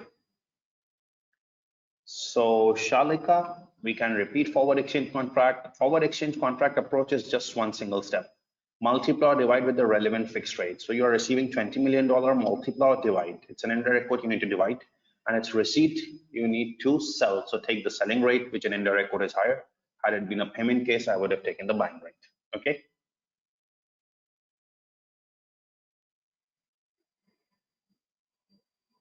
Salima, the advisable options are futures, options, and forwards. Jakir, you have to wait that which is the best one. I will just tell you. Rakib Zaman, I have told you again and again that even if you have two rates for future, if it's indirect quote, lower is buying, higher is selling.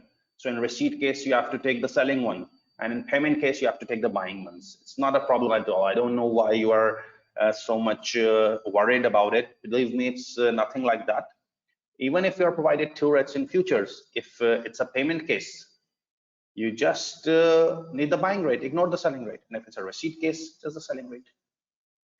Noman, it's up to you. You can type or copy paste.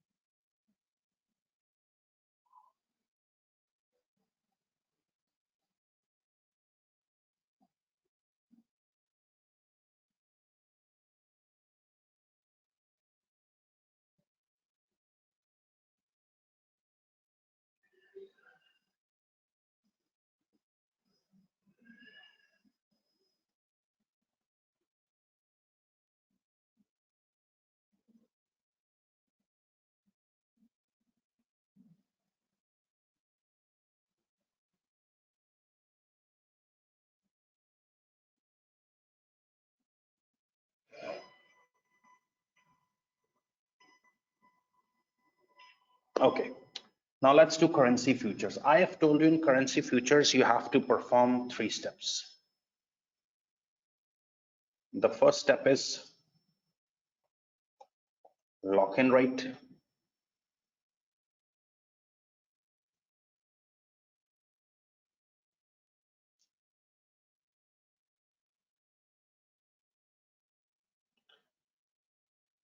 Step 2, expected receipts or payments. This is the receipts question. Watch carefully, then copy.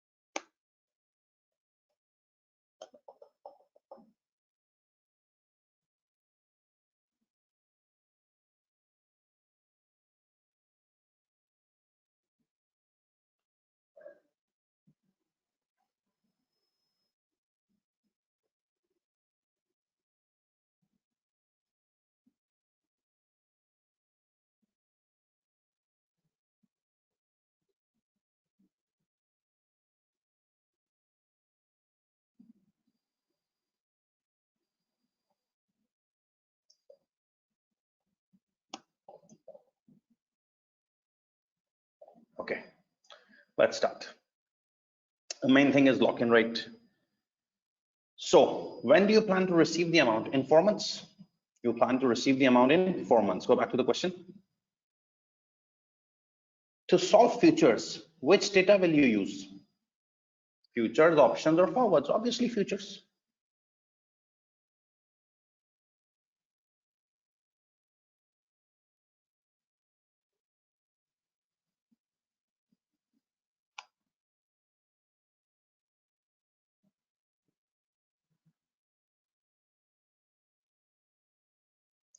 Now you will use the data of futures. There is absolutely no need to look at any other data because I am doing it for futures. So the only relevant data is my futures one.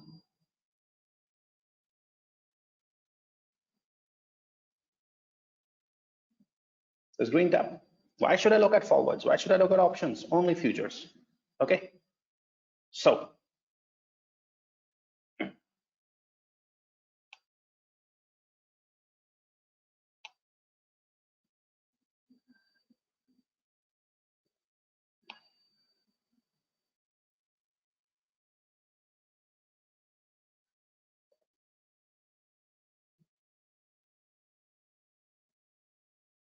let's compute lock-in rate.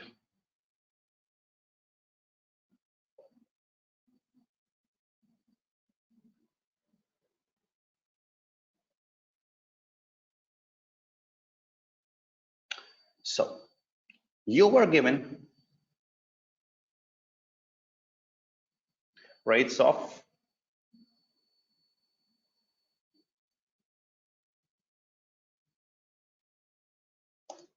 2-month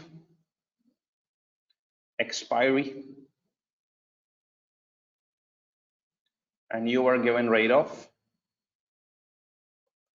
5-month expiry, right? If you look at the question, you are given rates of 2-month expiry and you are given rates of 5-month expiry. Okay, 1.3633 and 1.3698. Is that the case? Yes. You're given 2-month expiry 1.3633 and 5-month expiry 1.3698. Okay. You need a 4-month rate because the payment is coming in 4 months. You need a 4-month rate. So you need to find the lock-in rate. Okay. What is the trend? It's 1.3633 minus 1.3698. It's increasing by 0.0065 in 3 months, right? It's increasing by 0.0065. You need to take the difference in 3 months. Okay, so if it's increasing by 0.0065 in 3 months,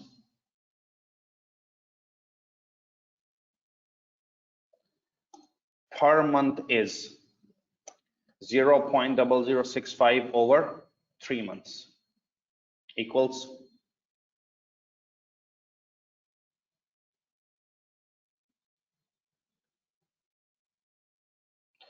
0.002166, right? Okay, so now it's rising by 0.001266 per month. So what you can do is you need a 4-month rate. So you have the 2-month rate 1.3633, the 4-month rate, plus it's rising by 0.002166 per month. If you add 1 time, it increases to 3 months, plus 0.002166 one more time. Okay, so it equals, or you can multiply it with 2, it's up to you.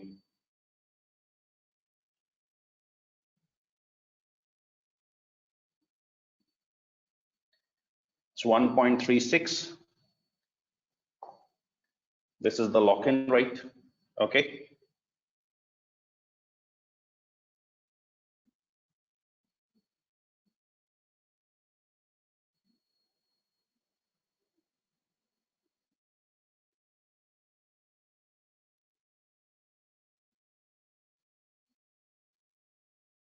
Okay, because you were given 2-month expiry, 5-month expiry, so you took a rising trend on 3 months, you took per month, and you took the 2-month rate, added 2 months, so it gets 4-month rate. Okay, now expected receipts using lock-in rate. What is the receipt? It's USD 20 million. You need to find the expected receipts using this lock-in rate. So what is the receipt? US dollar 20 million. Multiply, divide. Again, it was per euro indirect quote. You need to divide by this lock-in rate. 1.3676 is the lock-in rate. Okay, so you get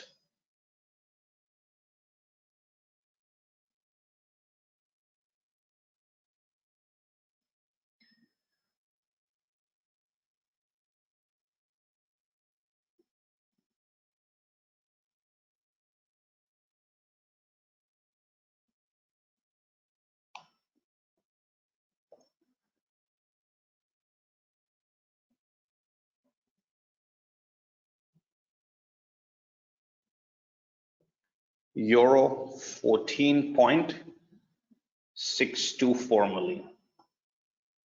Okay, so this is the expected receipt using this lock-in rate.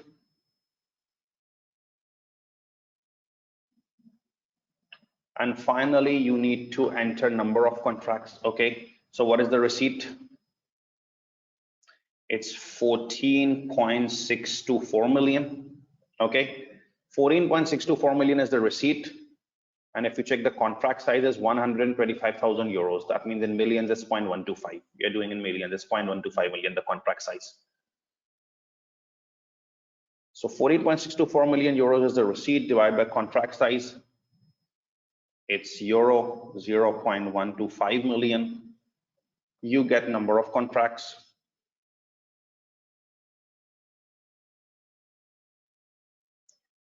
$117 contracts.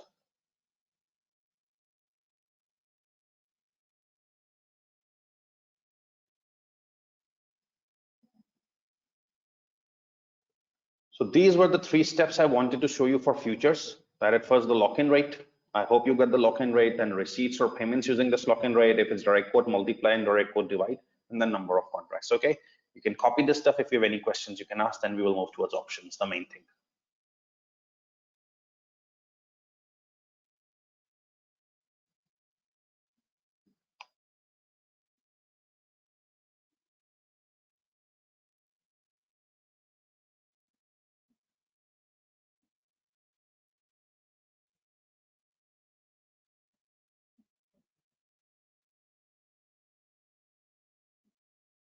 Elmer, we will try. Amdi Fazlul, you can use that approach, no problem. No, for us, we can't use 2 methods because we need to complete the question. If you want basis method, you can do it from the book or kit.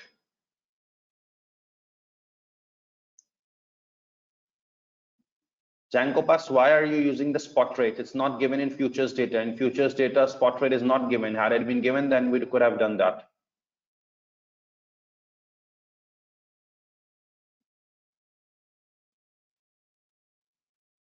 Sufyan, if the question states, then else no need.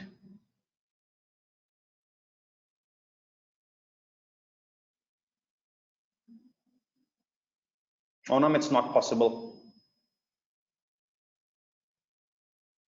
Noman, time management is in your control. You have to decide which headings to give and which not. I can't guide headings, but obviously you need to work smartly.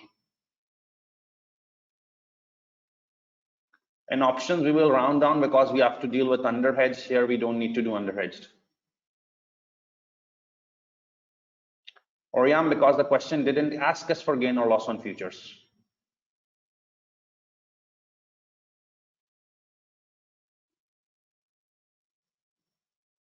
Shilpa, it carries max.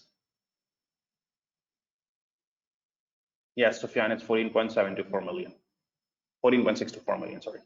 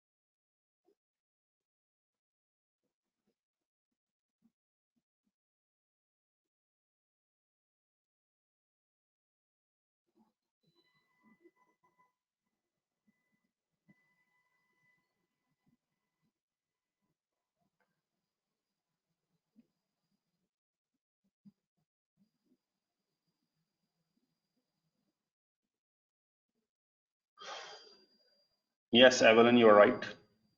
Number of contracts is very easy. It's 14.624 million euros. The receipts is coming, and the contract size is 0.125 million euros. So you need to divide them to get the contracts. FNWA, I explained direct and indirect quote in detail yesterday, so it is advisable you see the yesterday session.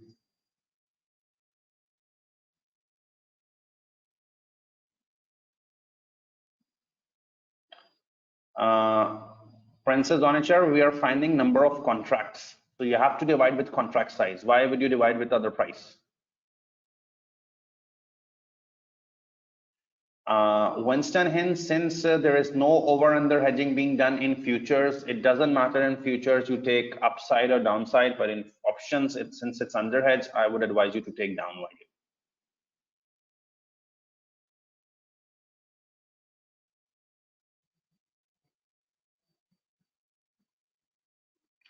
What you have to write, Shilpa, it's better you should refer to my answer.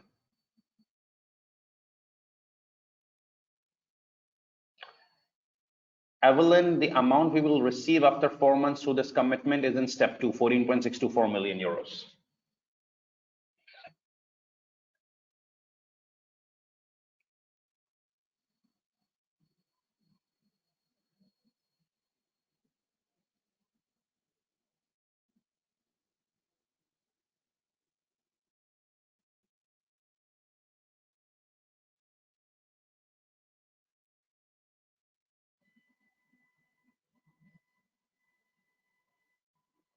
Vishal, it's not possible unless you're applying it wrongly.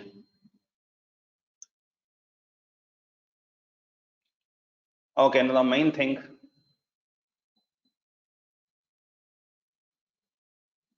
Anuman, what you have to write, you should read my answer provided.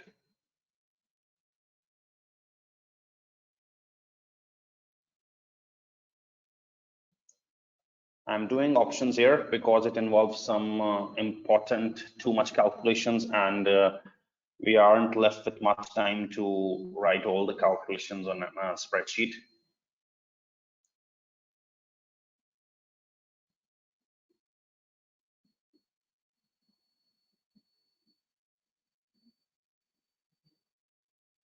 Okay, now stop typing questions because you will lose some important stuff. Better focus on technique number 3, options. Okay.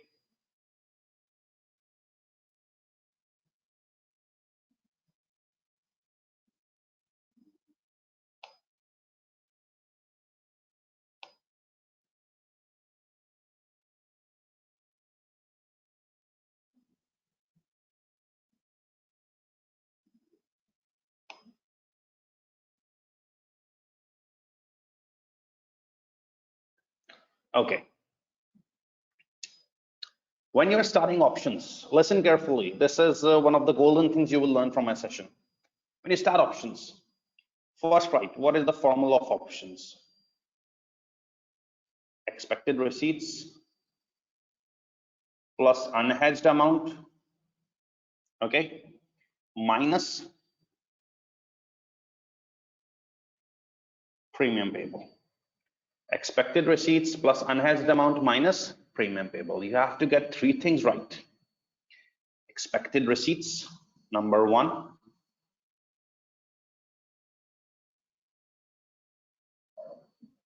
Unhedged, number two. And premium, number three. If you get these three things right, you just have to add less and the options answer will come. Okay. Now, you are about to solve options. So for options, you will use the data of options. For options, you will use the data of options. It's 20 million receipt in 4 months, and you need to use the data of options. Now, firstly, there are two exercise prices given, 1.36, 1.38. 1.36, 1.38. Okay, you have to work on both exercise prices. It carries marks. If more than two are given, you can work any two of your choice. But if two are given, you have to work on both. I will be doing the first exercise price. If exercise price is 1.36, okay, I will be doing the first exercise price. It's 1.36, okay. Just get the concept. Second exercise price has to be done by you yourself, okay. So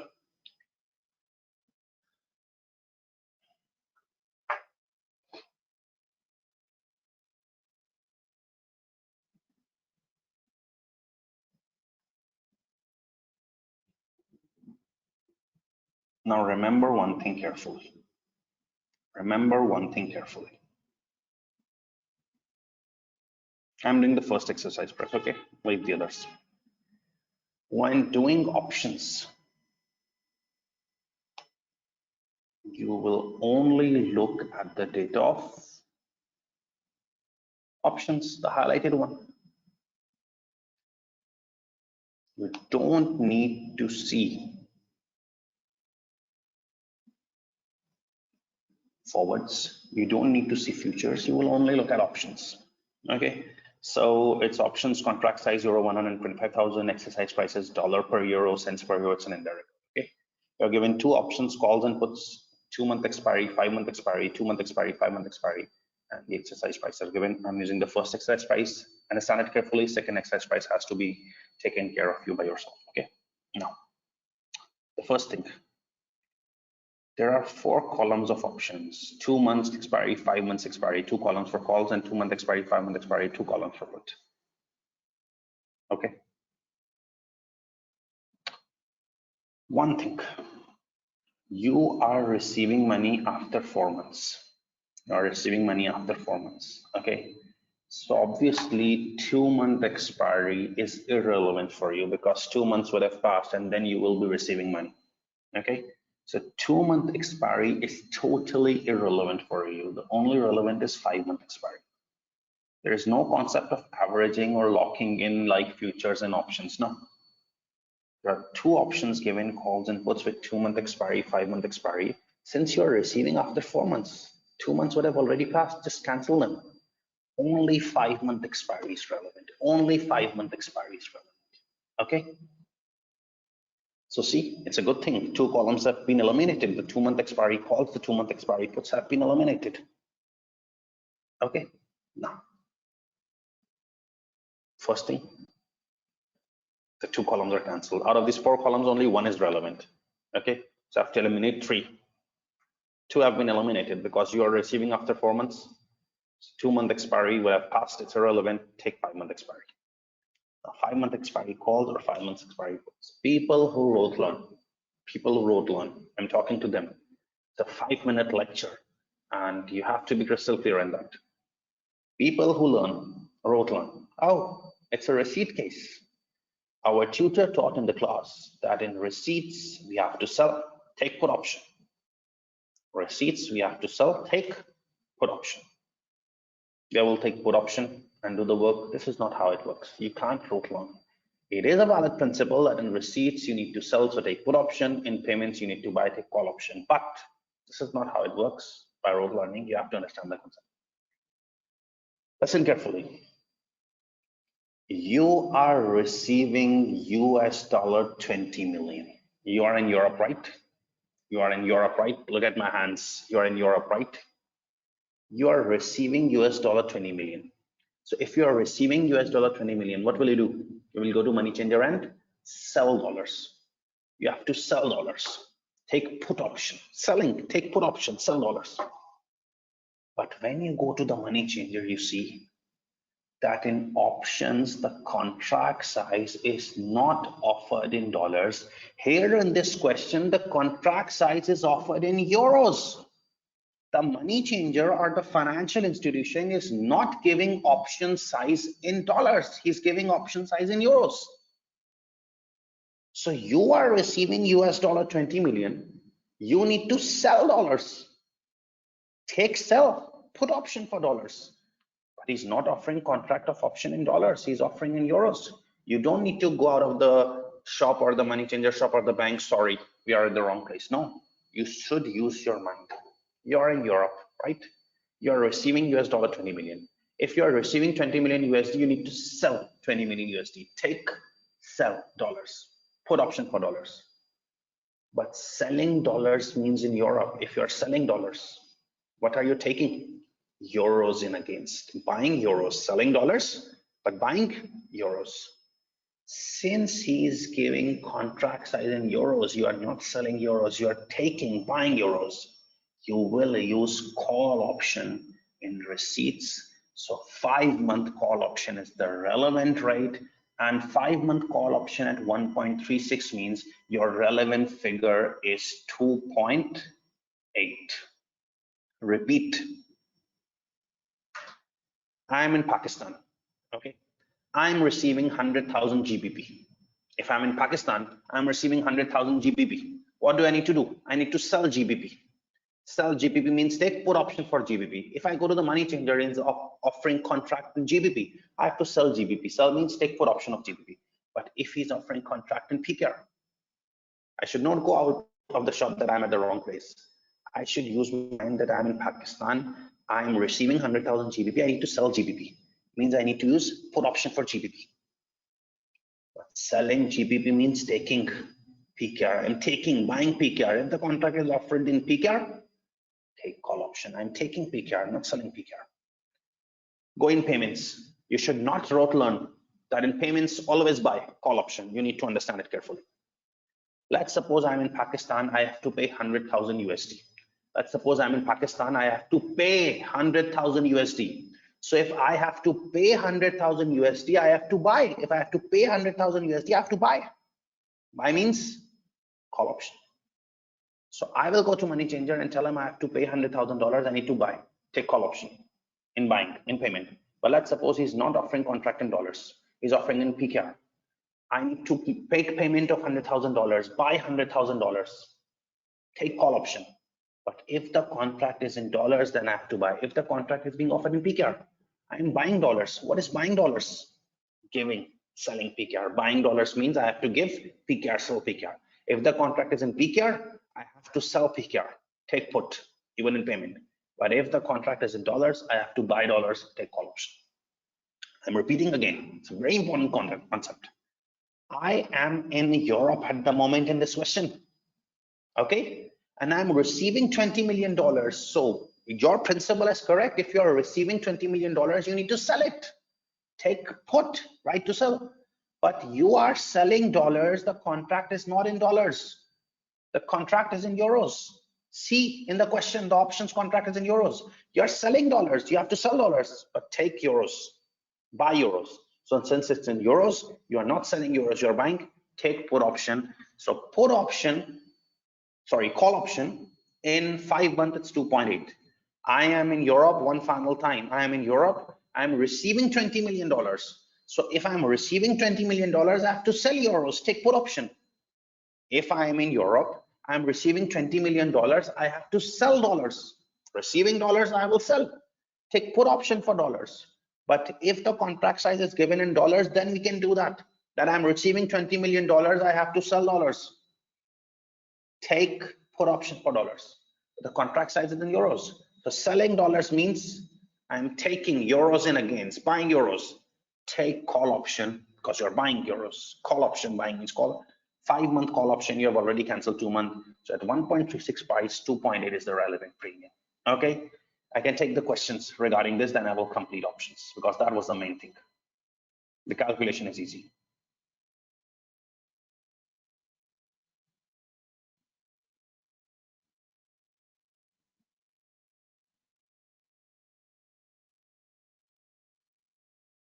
Sandun, because company doesn't have any option. Yes, Preet, call option. Shalika, if the contract is being offered in dollars, I'm receiving dollars, I have to sell dollars.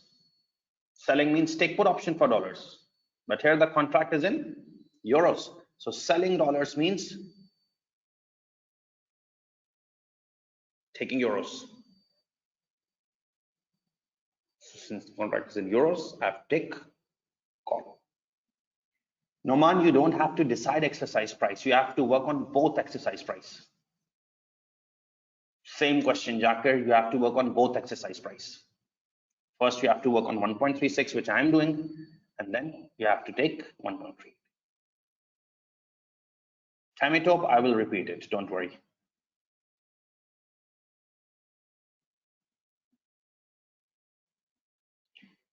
The people were asking which exercise price we should take. You are given with two exercise prices. I've told you, you have to work on both exercise price. Firstly, you have to do on 1.36, then you have to do on 1.38.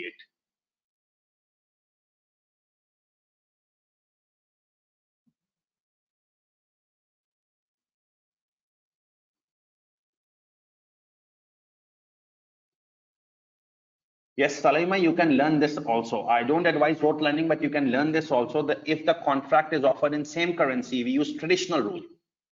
Selling put, buying call. But if the offering currency is in different currency, then the rules change. Perfect. You can get this.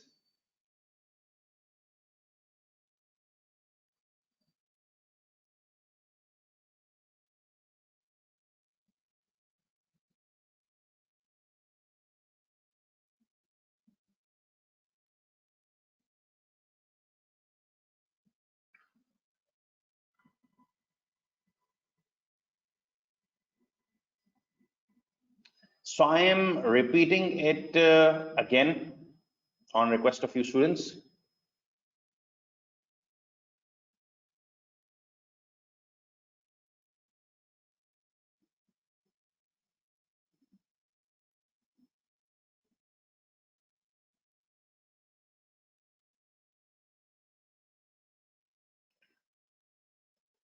Okay, so we are doing options again. Firstly, on the notepad, I have to solve options. So I told you that in receipts case, the options formula is expected receipts plus unhedged minus premium payable. And you need three things: expected receipts, the unhedged, and the premium. There are two exercise prices given in the question. It's 1.36 and 1.38. I have to work on both. I am doing the first exercise price, that is 1.36. Now, in front of 1.36 price, there are two call options given of 2-month expiry, 5-month expiry, and two put options given of 2-month expiry or 5-month expiry. Okay, only one is relevant. Which one to opt? I told you that since you are receiving in 4 months, the 2-month period would have passed. You need to ignore them. You will take, it's your no choice. You have no choice. 2-month expiry would have passed because you're receiving in 4 months. Always take the later one. 5-month expiry calls and 5-month expiry puts are relevant. But which 5-month is relevant, calls or puts? Traditional rule. Since it's a receipt case. So if you are receiving dollars, it's a receipt case, you are receiving $20 million, obviously we'll go and sell $20 million. Sell means put option. When you go to the money changer, the contract size is not offered in dollars, it's offered in euros.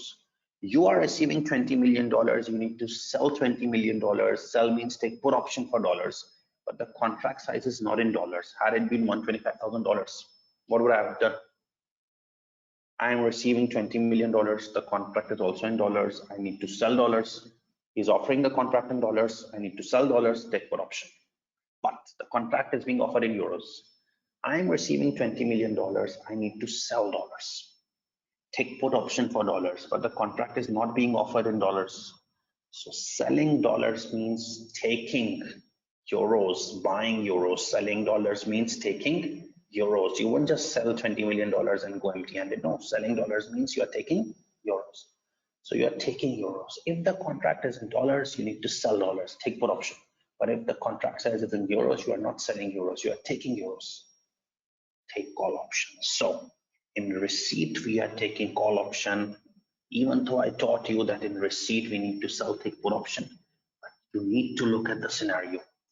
If you are receiving $20 million, you need to sell $20 million, take put option. The contract is in dollars, then put. If it's in other currency, your call. If you have to pay $20 million, you have to buy $20 million, take call option for dollars. If the contract is in dollars, take call option, you need to buy dollars. But if the contract is in euros, buying dollars means giving something, selling euros. If it's in euros, take put option. Here it's a receipt case. One last thing, if I'm receiving something $20 million, I need to sell dollars, I need to take put option for dollars. But the contract is not in dollars, it's in euros. Selling dollars means I'm taking euros. I'm being offered in euros, so I'm taking euros, call option. 5-month call option is relevant, and at 1.36, it's 2.8. Okay, now let's start the working and finish it. The first thing we have to do is to find expected receipts. Now, how do you find expected receipts? Remember, it's number of contracts into contract size. Number of contracts. I've told you the working of number of contracts. Number of contracts is expected receipts or payments divided by exercise price. What is the exercise price I'm using? 1.36 over contract size. It's 0.125 million. It's 125,000. So 0.125 million.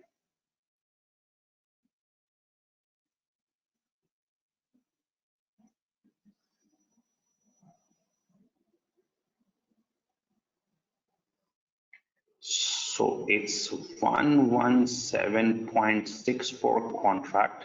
So obviously I can't take 117.64. I will take downside 117 contracts. So number of contracts are 117 into contract size is 0.125 million euros. This comes to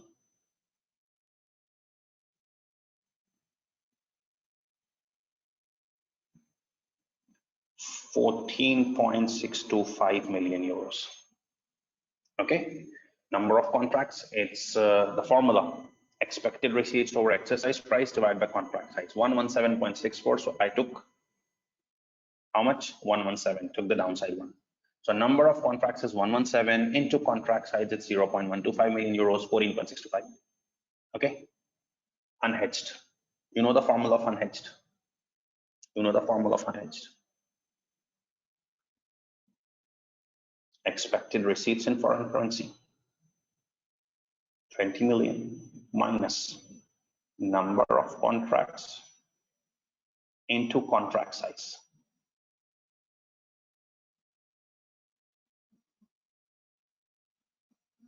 Into exercise price. Okay, expected receipts in foreign currency was 20 million, but you only hedged 117 contracts at 0.125 million at 1.36, only hedged 19.89 million. So what is the unhedged? 0.11 million, that's unhedged. Because you took less contracts, so 0.11 million remains unhedged. Okay, I told you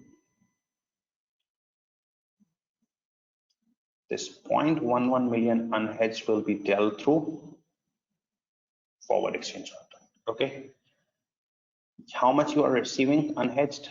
$0.11 million. How much you are receiving unhedged? $0.11 million. This will be hedged using forward exchange contract. How much you are receiving in unhedged? $0.11 million. This will be hedged using forward exchange contract. Okay, go back to the question. Since this will be hedged using forward exchange contract, you should not use futures or options. You should use forward rate.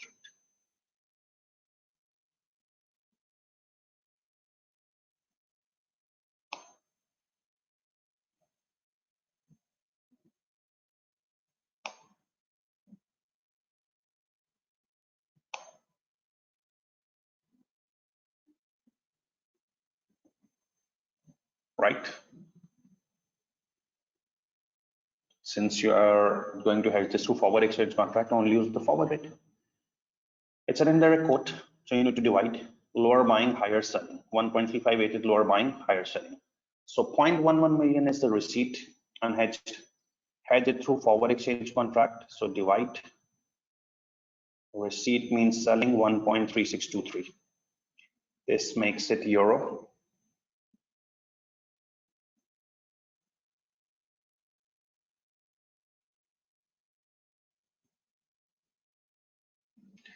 $0.08 million.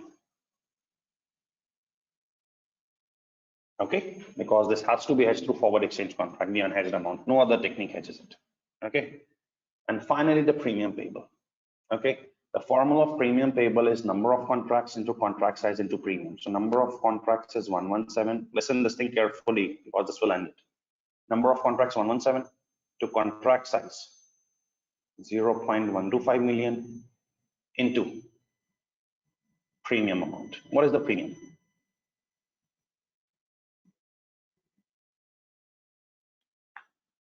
I told you that these middle values mentioned 2.35, 2.8, 2.47, these are the premiums. Okay, so 2.8 is the relevant premium because in my calculation every column was irrelevant except the 5-month column.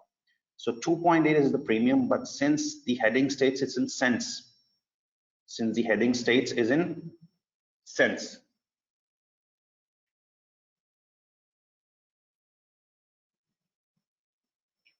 so I should write it as 0.028. The premium is 2.8, but it's written it's in cents, so I should write it 0.028. The premium comes to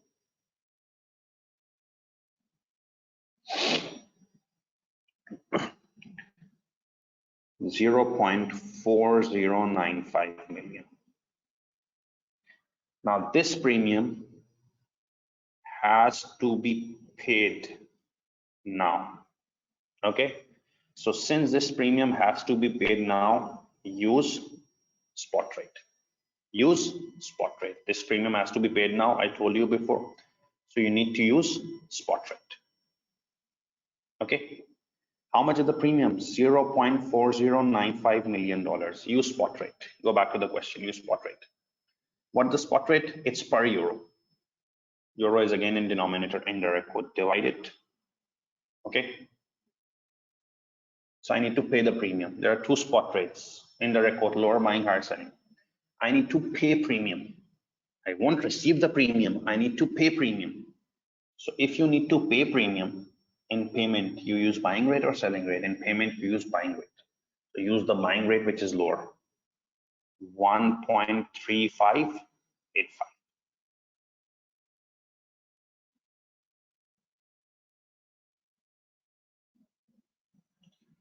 0.301 million.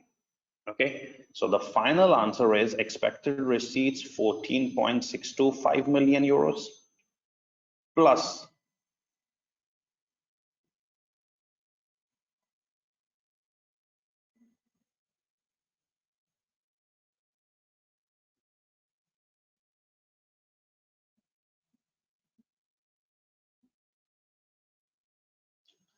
unhedged 0.08 million minus premium 0.301 million. Okay, the final answer will be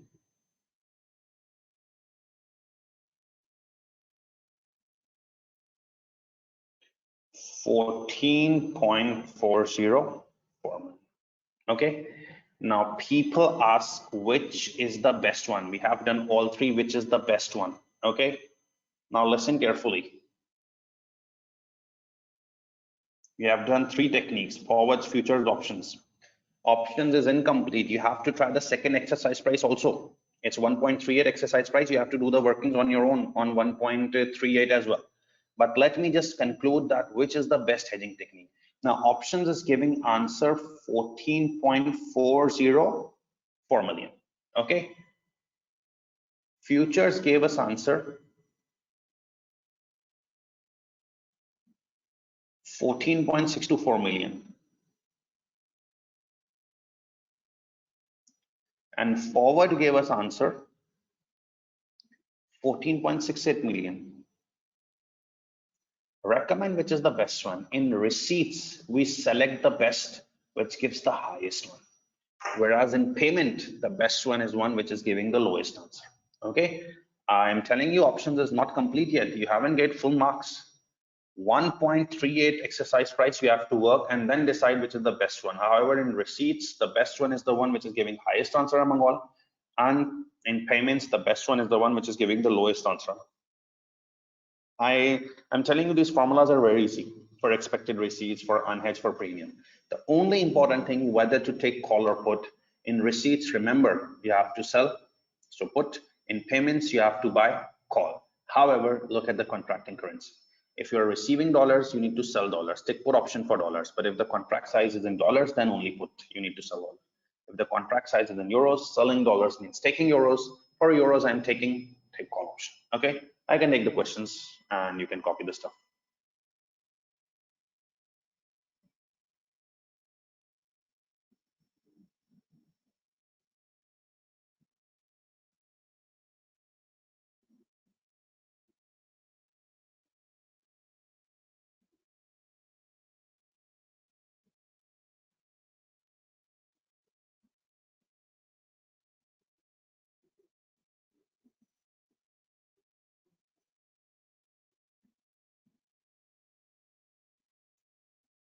Yes, Sufyan, you can do that.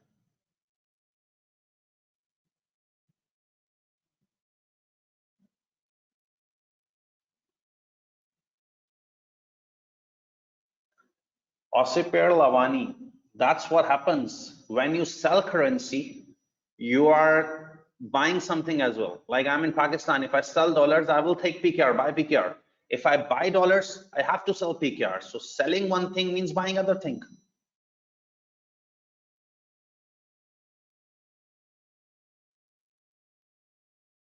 Sandon, we don't require profit and loss working.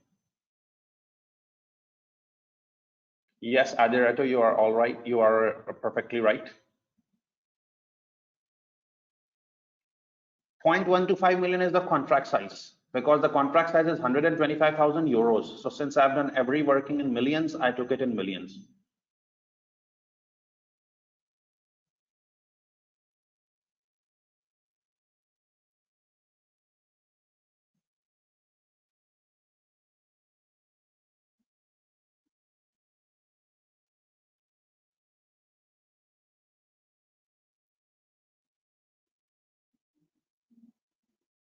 Yes, Priti. Sandon, it's the USD amount because you multiply the contracts with the contract size and the premium. So premium was given in cents and dollars. That's why if you multiply it with dollars, it will become dollars.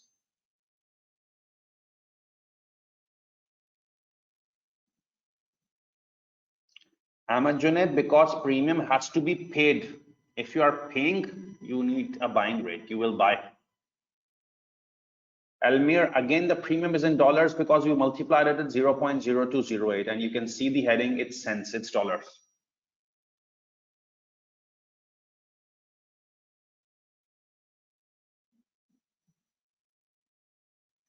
It's no use, Jacker, we just have to earn marks, that's why. Yes, Danish, it's available. Yes, Minal, you are right.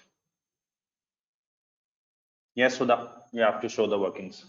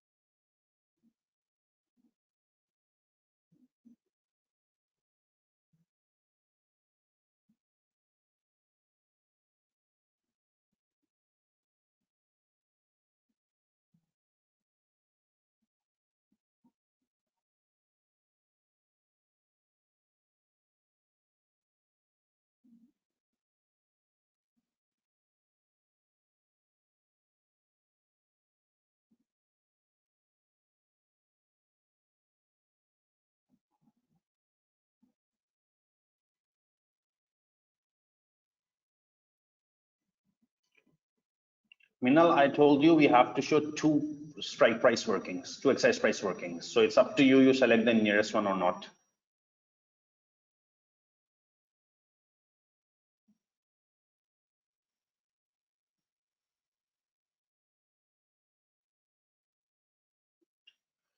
So since we have to pay premium, Princess on a chair, since we have to pay premium, so premium has to be paid. Payment decreases our receipt, that's why I'm deducting. However, premium has to be paid. It increases my cost, so in payment I add it. No, Evelyn, you can see I multiplied it with 2.8, 0.0208. As per the question, it was in cents, so it became in dollars.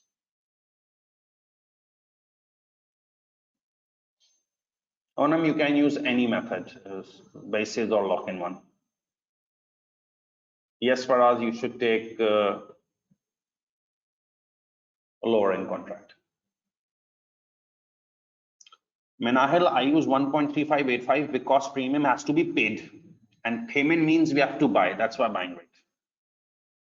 Now, Muhammad Yunus, I am constantly solving everything on spreadsheet. Since we had to complete this question right within the available time, Excel would have taken time. I hope so.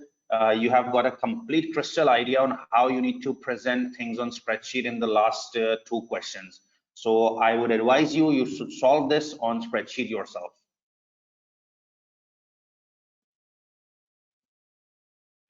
Alan Frederick, for the marking scheme, you should better go to the ACCA website and see the marking scheme. It carries 4 to 5 marks.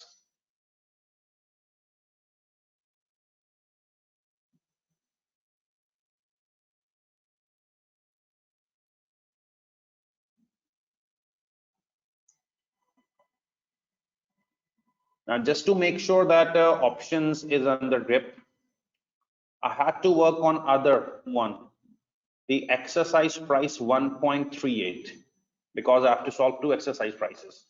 So if the exercise price is 1.38, you can go to the question and see. If the exercise price is 1.38, I have cancelled the 2-month premiums and I have decided to take call option. So here the premium is 2.23. Now, if you need to find expected receipts, it's number of contracts into contract size, number of contracts is 20 million over 1.38 now, divided by contract size 0.125 million. So the number of contracts come to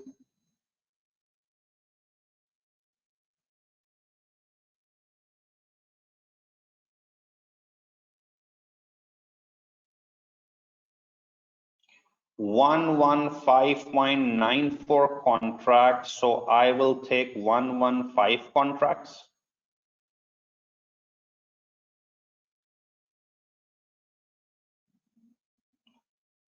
Into contract size 0.125 million.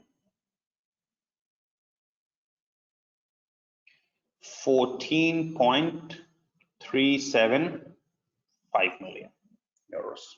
Okay. Then unhedged expected receipts were 20 million, but I was only able to take 115 contracts at an exercise price of 1.38 and a contract size of 0.125 million. Okay. So out of 20 million, I was only able to hedge 19.8375 million. So unhedged remains 0.1625 million. Okay, this unhedged has to be hedged through forward. So 0.1625 million is the receipt. We will use forward rate, indirect code divide, and the forward rate was 1.3623. The 4-month forward rate, 0.119 million euros. Okay, and finally the premium. So it's number of contracts into contract size into premium. It's 2.23 means in cents 0.0223. So it becomes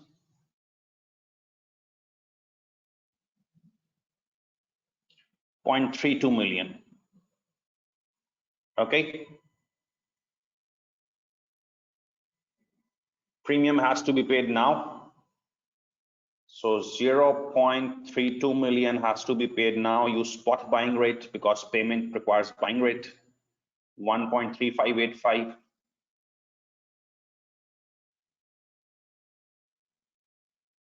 It's 0.236 million euros. So the final answer will be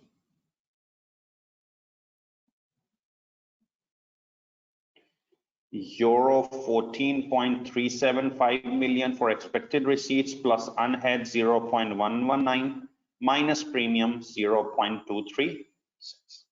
Okay, so I hope the approach is clear to you. Again, the risk management basically means getting the correct option. So I have told you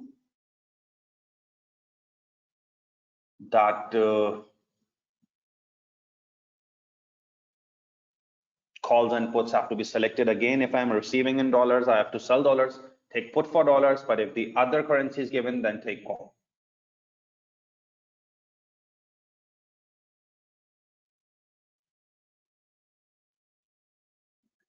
Preeta, you're welcome. Highly appreciated. Okay, so the time is up for today. Feedback for today's session. I need your comments and then I will end the class.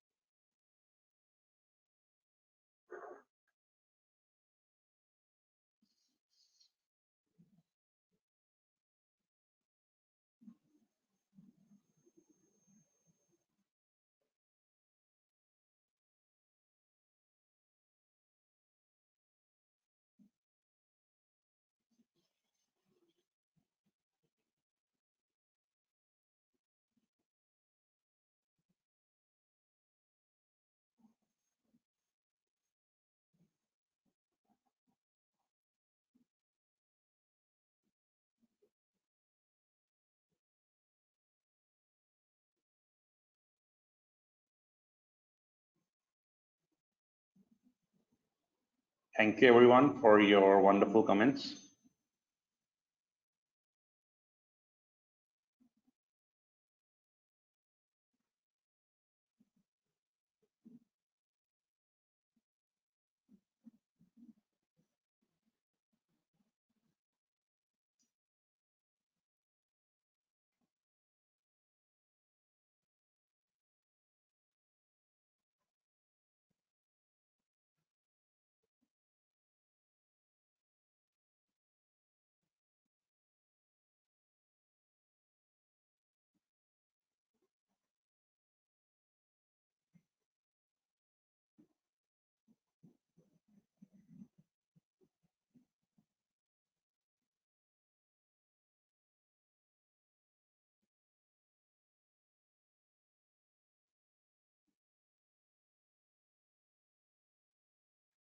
Puzzle overheads will be done if you take it on the higher side. If you take it on the higher side, obviously, then you will overhedge. Instead of 1.5.94, if you take 116 contracts, that means you're overhedging.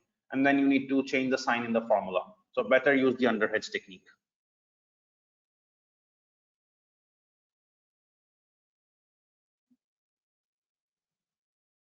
Now for us, this is wrong that always forward is the cheapest. This is wrong. You can do many past paper questions in which futures is giving the better answer.